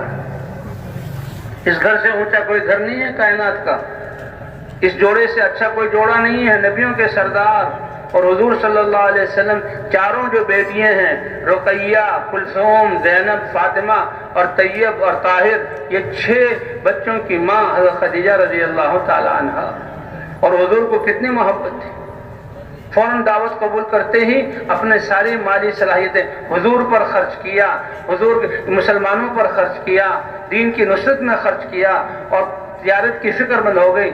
تھوڑے ہی دنوں میں سارا مال ختم، حتیٰ کہ فاقہ آ گیا، اور حضور صلی اللہ علیہ وسلم اس گھر سے بیت اللہ کی طرف جا رہے ہیں فاقے کی حالت میں۔ اللہ بڑے قدردان ہیں، اللہ اپنے بندے کی بھوک کی ایک جو ہے کیفیت کا اور ایک احساس کا اور پیاس کے احساسات کا، تھکاوٹ کے احساسات، حتیٰ کہ گرد و غبار بھی پڑ جائیں، اللہ اس پر بھی جہنم کی آگ کو حرام فرما دیں گے، جیسے کہ حدیثوں میں وعدہ ہے۔ اب حضور صلی اللہ علیہ وسلم جا رہے ہیں، جبرائیل علیہ السلام آئے۔ اب دیکھا جائے تو جی دین کی محنت کی ایسے بھوک، بچے بھی بھوکے، بیوی بھی بھوکی، حضور بھی بھوکے۔ فرمایا اے اللہ کے رسول، آج تو آپ کے رب نے آپ کی بیوی خدیجہ کے لیے سلام اللہ نے بھیجا ہے، اللہ نے سلام بھیجا ہے۔ تو اس طرح صحابہ حضور صلی اللہ علیہ وسلم اور صحابہ کرام اس دین کی دعوت کو دے رہے ہیں۔ پھر ہجرت کا حکم آ گیا، حضور صلی اللہ علیہ وسلم اب مدینہ منورہ، اس کو اللہ نے ہجرت کے لیے پسند کیا، کس وجہ سے کہ انہوں نے نصرت کی اور حضور کے اس دین کی قدر کی، اور وہ دعوت لے کر گئے۔ دعوت ایسا طاقتور عمل، ادھر دعوت سے کفر ٹوٹ رہا ہے، باطل ختم ہو رہا ہے، صحابہ کی تربیت اور نبی کے درجات کی بلندی ہو رہی ہے، اور ادھر 5-6 جہاں نوجوان تھے، انہوں نے دعوت شروع کی، اور 2 سال میں وہاں فرق آ گیا۔ جب حضور صلی اللہ علیہ وسلم قبائل پر کو آ کے دعوت دیتے کہ میری قوم اللہ کا پیغام پہنچانے نہیں دے رہی، میں انسانوں کو جہنم سے نکال کر جنت کی طرف بلا رہا ہوں، وہ رکاوٹ بنتی ہے، تم لے جاؤ، کسی قبیلے نے کان نہیں دھرا، قبول نہیں کیا۔ 6 مدینے کے 6 نوجوان تھے، ان کو جن سے دن میں ملاقات ہوئی، انہوں نے کہا کہ حضور نے فرمایا رات کو ملاقات ہوگی۔ اندھیرے میں حضور تشریف لائے مینا کی ایک گھاٹی میں جہاں جمرات ہیں، وہ 6 آئے اور حضور نے دعوت دی، 6 کے 6 اسلام میں داخل ہو گئے، اور نے کہا یہ اللہ کے رسول ہیں جسے یہود بتاتے ہیں، اس کے علاوہ کوئی اور ہو نہیں سکتا۔ اور جب وہ مسلمان ہوئے تو حضور نے اپنے آپ کو پیش کیا کہ مجھے اپنے ساتھ لے جاؤ۔ بڑے سمجھدار تھے، اے اللہ کے رسول، پہلے آپ کے دین کی دعوت کو ہم لے جائیں گے، آپ کو نہیں لے جا سکتے، کیونکہ ہم تو ابھی آپس میں کٹ مر رہے ہیں، آپس میں ایک دوسرے سے لڑ رہے ہیں، آپ کی ذات کو اس وقت لے جانا مناسب نہیں۔ کیسی سمجھداری کی بات، لیکن آپ کی اس دین کی دعوت کو لے جائیں گے۔ ان 6 لوگ جو ہے نوجوانوں نے دعوت دینا شروع کی، کچھ ہی دنوں بعد پیغام بھیجا، اے اللہ کے رسول، دین زیادہ ہوتا جا رہا ہے، ہمارے پاس جتنا علم تھا دے دیا، آپ کسی عالم صحابی کو بھیجیں۔ تو حضور صلی اللہ علیہ وسلم نے مصعب بن عمیر جو مکے سے حبشہ ہجرت کر کے گئے تھے، ان کو حکم دیا کہ وہ مدینہ پہنچیں، اور ان کو مقرئ القرآن، قرآن کا پڑھانے والا عالم کہا جاتا تھا۔ حضرت مصعب بن عمیر آئے اور ان لوگوں کو قرآن بھی سکھایا اور ان لوگوں کو دعوت بھی دینا شروع کی۔ 1 سال کے بعد 12 شخص مدینہ منورہ کے آئے اور حضور صلی اللہ علیہ وسلم کی خدمت میں اسلام پر بیعت ہوئے۔ دوسرے سال 72 سے جہاں آئے، تیسرا جو موقع تھا موسم کا، 72 اور سب کے سب مسلمان حضور کے ہاتھ پر بیعت ہوئے، اور ان حضرات نے کہا اے اللہ کے رسول، اب مدینے کے گھروں میں سے کوئی گھر ایسا باقی نہیں ہے کہ اسلام اس میں داخل نہیں ہو گیا۔ تو بھئی دعوت حق، دین کی دعوت اتنی طاقتور چیز ہے، یہ سب حضور کی دعوت اور قربانیوں کا نتیجہ ہے، لیکن یہ 6 نوجوانوں کی دعوت سے مسجد قباء بھی وہاں بنی اور ہر گھر میں اسلام داخل بھی ہوا، اور اللہ کو اتنا پسند آیا کہ اللہ نے حکم فرمایا اے نبی، مکے والوں نے تمہاری قدر نہ کی، خود بھی جہنم کا ایندھن بن رہے ہیں اور اپنے ماتحتوں کو بھی کھینچ رہے ہیں، آپ اس کو چھوڑ دیجئے، مدینہ جو قدر کرنے والے ہیں آپ اس کی طرف ہجرت کیجئے اور اس کو اپنا وطن بنا لیجئے۔ تو قدر کرنے پر اللہ نے اور دعوت کے چلانے پر اللہ نے، یعنی یہ جگہ وہ استعداد والی بنی کہ حضور صلی اللہ علیہ وسلم کی ہجرت گاہ بن گئی، ہجرت فرض ہو گئی، اور حضور صلی اللہ علیہ وسلم نے یہ ہجرت کی اور صحابہ نے بھی ہجرت کی۔ اور بھائی 10 سال کا عرصہ مہاجرین اپنا سب کچھ چھوڑ کر آئے، اور انصار مدینہ ان کے باغات تھے اور تھوڑی بہت زراعت اور تھوڑی بہت خرچوں کا نظام تھا، لیکن پورا وقت جنہیں اپنے کی زراعت پر لگاتے ہوئے پھر بھی فقر و فاقہ کی زندگی تھی اور ہمیشہ قرضوں کے تلے دبے رہتے تھے۔ جب حضور صلی اللہ علیہ وسلم آئے تو ان کو جو ہے صحابہ کرام دین کے لیے جو ہے محنت، ان کا وقت زیادہ لگا کہ آنے والوں کو بھی دین سکھاتے تھے اور پھر خود بھی اللہ کے راستے میں نکلتے تھے، اور مہاجرین پر بھی خرچ کیا، اور جو واپس جاتے تھے ان کو بھی ہدیے دیتے تھے۔ خرچ 4 گنا بڑھ گیا اور محنت جو ہے وہ 1/3 حصہ رہ گئی، 3 حصے کم ہو گئی۔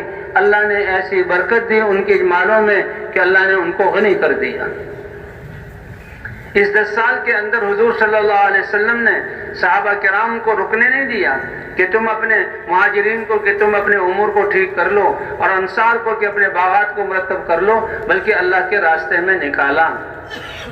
بلکہ ایک واقعہ آتا ہے کہ انصار مدینہ کے دل میں یہ بات آئی، اب تو دین پھیل چکا، تعداد زیادہ ہو گئی، اب ہم حضور صلی اللہ علیہ وسلم کی خدمت میں جائیں گے اور یہ کہیں گے کہ ہمیں کچھ وقت ٹھہرنے کے لیے موقع دیا جائے تاکہ ہم اپنے باغات کو ٹھیک کر لیں۔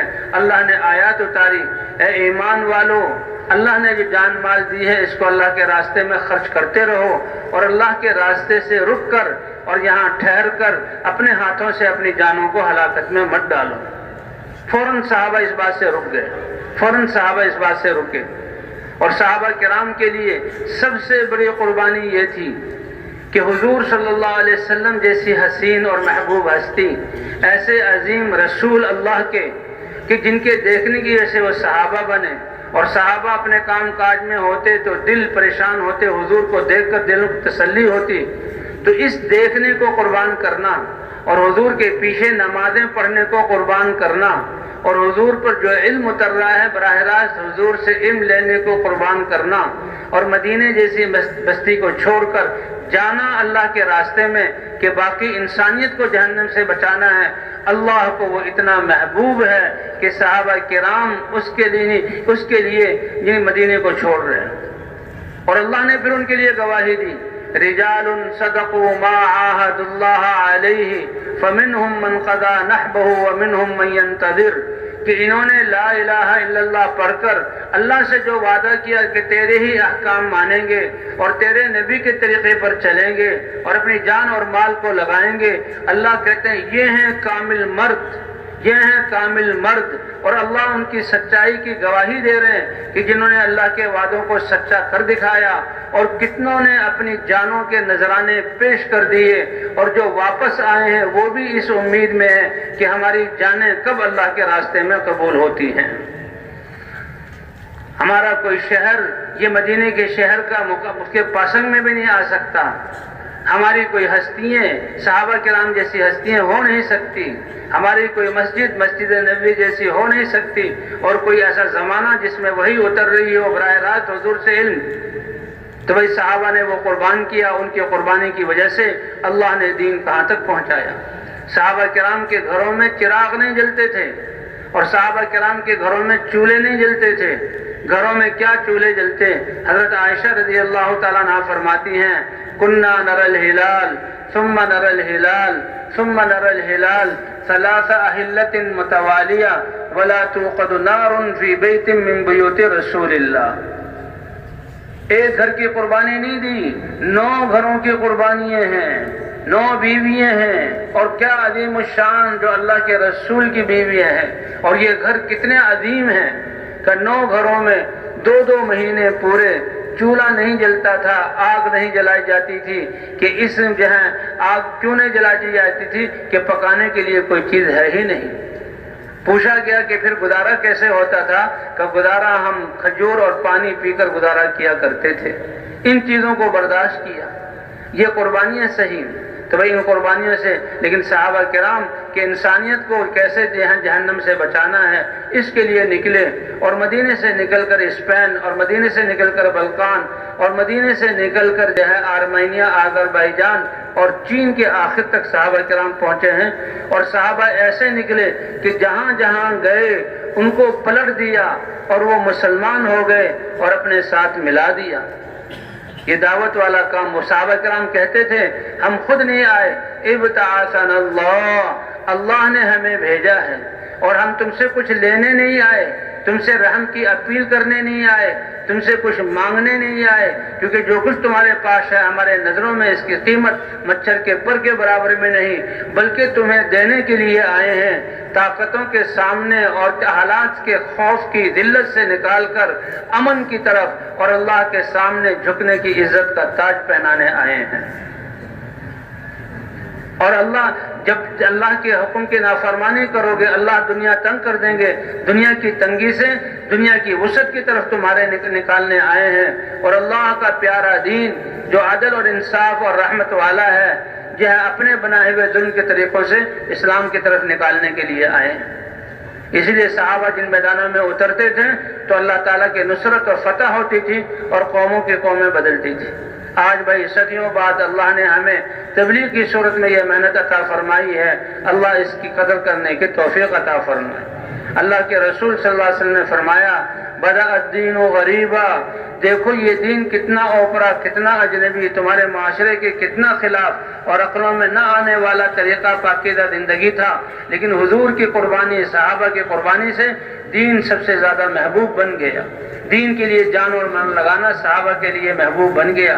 حضرت خالد بن ولید رضی اللہ تعالیٰ عنہ فرماتے ہیں کہ وہ رات کہ میں اللہ کے راستے میں ہوں، سخت سردیوں کی رات ہو اور سردی کی رات میں میدان میں کھڑا ہوں اور بارش ہو رہی ہو، نیچے کیچڑ ہو، ٹھنڈی ہوا ہو اور سردی کا زمانہ ہو اور اوپر سے بارش ہو اور میرے پاس صرف ڈھال ہو کہ ڈھال سے بارش کو بچا رہا ہوں، ساری رات بھیگتا رہوں، یہ رات مجھے زیادہ محبوب ہے اس رات سے کہ اپنے گھر میں ہوں، نرم بستر ہوں، نئی شادی ہوئی ہو، پیاری دلہن ملی ہو، اس سے ملاقات ہو اور بشارت دی جائے کہ اس رات سے اللہ تمہیں خوبصورت بچہ دیں گے، اس رات سے مجھے یہ رات پسند ہے جو لوگوں کو اللہ کے جہنم سے بچا کر جنت کی طرف لانے کے لیے اللہ کے دین کے لیے لگے۔ صحابہ کرام کو ایسی محبوب ہو گئی تھی اللہ کے راستے میں نکلنا، اس لیے فرماتے ہیں کہ تم میں سے کسی ایک کا اللہ کے راستے میں ایک گھڑی کھڑا ہو جانا، کیونکہ اللہ کے راستے میں نکلنا اس کا مطلب کیا ہے؟ اے اللہ ساری دنیا تیری ناراضگی سے بچ جائے اور تجھ سے محبت کرنے والی بن جائے، جہنم سے بچ کر جنت میں جانے والی بن جائے، نسلیں دنیا کے لیے دنیا امن کا گہوارہ بن جائے۔ اے اللہ اس کے لیے نکلے ہیں تو ان کی یہ نیت اور اللہ کے راستے میں فرمایا کسی کا میدان جنگ میں، میدان جہاد میں اللہ کے راستے میں ایک گھڑی کھڑا ہونا، ایک اس شخص کا کہ جو رمضان کی رات ہو، رمضان کی راتیں ہوں، 27ویں رات ہو، بیت اللہ میں کھڑا ہو اور حجر اسود کے سامنے اور وہ لیلۃ القدر ہو، اس کی ساری رات کی عبادت سے اللہ کے راستے میں نکلنے والے کا میدان میں ایک گھڑی کھڑا ہونا بہتر ہے۔ اس کی یہ ساری عبادت اس کی ذات کے لیے ہے اور اس کا نکلنا ساری انسانیت کے لیے ہے۔ اللہ فرماتا ہے جو لوگوں پر رحم کرتا ہے میں بھی اس پر رحم کرتا ہوں، الراحمون یرحمہم الرحمن ارحموا من فی الارض یرحمکم من فی السماء، تم زمین والوں پر رحم کرو کہ ان کو اللہ کی ناراضگی سے نکالو، اللہ کی نافرمانی سے نکالو، دنیا کی مصیبتوں پریشانیوں سے نکالو اور جہنم کے راستے سے نکال کر جنت کے راستے کی طرف لے آؤ، تم لوگوں پر رحم کرو اور اللہ تمہارے پر رحم کرے گا۔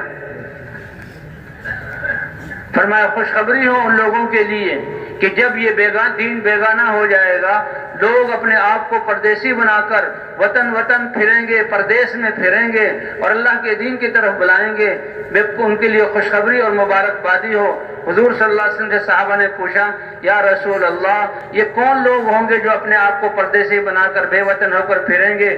کہا اتنے عظیم لوگ ہوں گے کہ یہ اللہ کی محبت لوگوں کے دلوں میں ڈالیں گے اور لوگوں کو اللہ کا محبوب بنا کر چھوڑیں گے۔ کہ اللہ کے رسول اللہ کی محبت لوگوں کے دلوں میں ہو، یہ تو معلوم ہے کہ اللہ کے حکموں کی طرف لائیں گے اور اللہ کے احسانات بتلائیں گے، یہ تو ایمان کا تقاضا ہے کہ اللہ محبوب ہو۔ لوگ کیسے محبوب ہوں گے؟ فرمایا جب اللہ کے نافرمانیوں سے نکال کر اللہ کی فرما برداری پر لائیں گے تو یہ لوگ اللہ کے محبوب بن جائیں گے۔ اللہ کا تو اعلان ہے اگر تم اپنے خالق مالک اور رزاق سے محبت کرتے ہو تو حضرت محمد صلی اللہ علیہ وسلم کی اتباع کر لو، اللہ بھی تمہیں اپنا محبوب بنا لے گا۔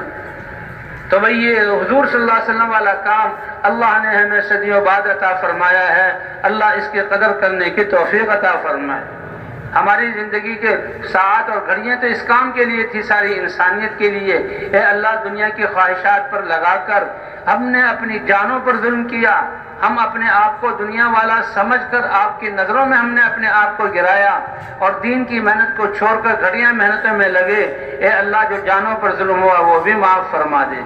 اے اللہ انسانیت پر ظلم ہوا کہ ان کو تیرے دین کی طرف نہ بلا سکے، اے اللہ یہ بھی معاف فرما دے۔ اے اللہ ہم تو اپنی نسلوں کے بارے میں ظالم کہ ان کو یہ سیدھا راستہ اور ماحول ہم نے محنت نہ کرنے کی وجہ سے، خواہشات کے لگنے کی وجہ سے نہ دیا، اے اللہ وہ جرم بھی معاف فرما دے۔ اور اے اللہ یہ بقیہ زندگی اس مبارک دین کے لیے جان اور مال لگانے کی توفیق عطا فرما۔ کتنی زندگی باقی ہے کسی کو کوئی پتہ نہیں، لیکن اللہ اتنے مہربان ہے کہ تم دلوں میں نیت کر لو کہ اب تو ہم حضور کی محنت والا بن کر رہیں گے، تو اسی منصب والا اور درجے والا اللہ کے اپنی نظروں میں بنا کر اللہ ہی ہماری تربیت کریں گے اور اللہ ہی ہمیں اسباب مہیا کریں گے۔ اور ایسے وعدے کہ صحابہ سے کہا بعد والے جو آئیں گے محنت کریں گے اور قربانیاں کریں گے، ایک ایک شخص کی قربانی پر 50 شخصوں کی قربانیوں کے ثمرات مرتب کروں گا۔ اللہ کے رسول سے پوچھا ہو صحابہ نے یا رسول اللہ یہ 50 آدمیوں کی قربانی کے ثمرات وہ 50 آدمی انہی لوگوں میں سے ہوں گے یا 50 آدمی ہم میں سے؟ اے صحابہ کرام تم میں سے 50 آدمیوں کی قربانی پر جو اثرات مرتب ہوں گے اس زمانے کی ایک شخص کی قربانی پر وہ اثرات مرتب کروں گا۔ ان کا زمانہ دور، انہوں نے وحی کو نہیں دیکھا، انہوں نے مجھے نہیں دیکھا، وہ ایمان کی بنیاد پر، اللہ کی ذات پر یقین کی بنیاد پر، اللہ کے عشق کی بنیاد پر اور مجھ سے محبت اور دین کی عظمت کی بنیاد پر یہ سب کچھ کریں گے۔ اور بھائی اللہ تعالیٰ کا فضل ہے، ابھی ہم سیکھنے کے درجے میں کر رہے ہیں۔ مسلمانوں کا سب سے بڑا اور بنیادی مسئلہ کہ مسلمان جمع ہو جائیں، اللہ نے اس محنت میں اس محنت کی وجہ سے پوری دنیا کے مسلمانوں کو جوڑ دیا۔ کیوں بھائی جوڑا ہے کہ نہیں جوڑا ہے؟ مشرق سے مغرب، شمال سے جنوب، اور کتنے بڑے بڑے اجتماعات اللہ جوڑ رہے ہیں۔ اللہ اس کام کو صحیح طور پر صفات اور آداب کے ساتھ کرنے کی توفیق عطا فرمائے۔ فرمایا ابھی تو ہم سیکھ رہے ہیں، ابھی تو الف باتا ہے۔ کیا تمہارے گشتوں کا اہتمام کرنے، 2.5 گھنٹے کا اہتمام کرنے، تعلیم میں بیٹھنے سے کافروں کو ہدایت مل جائے گی، گمراہ لوگ ہدایت پا جائیں گے؟ یہ تو اس کا تبلیغ کا جماعت تو لوگوں نے نام رکھا، یہ تو پوری امت جو ہے اس محنت والی ہے۔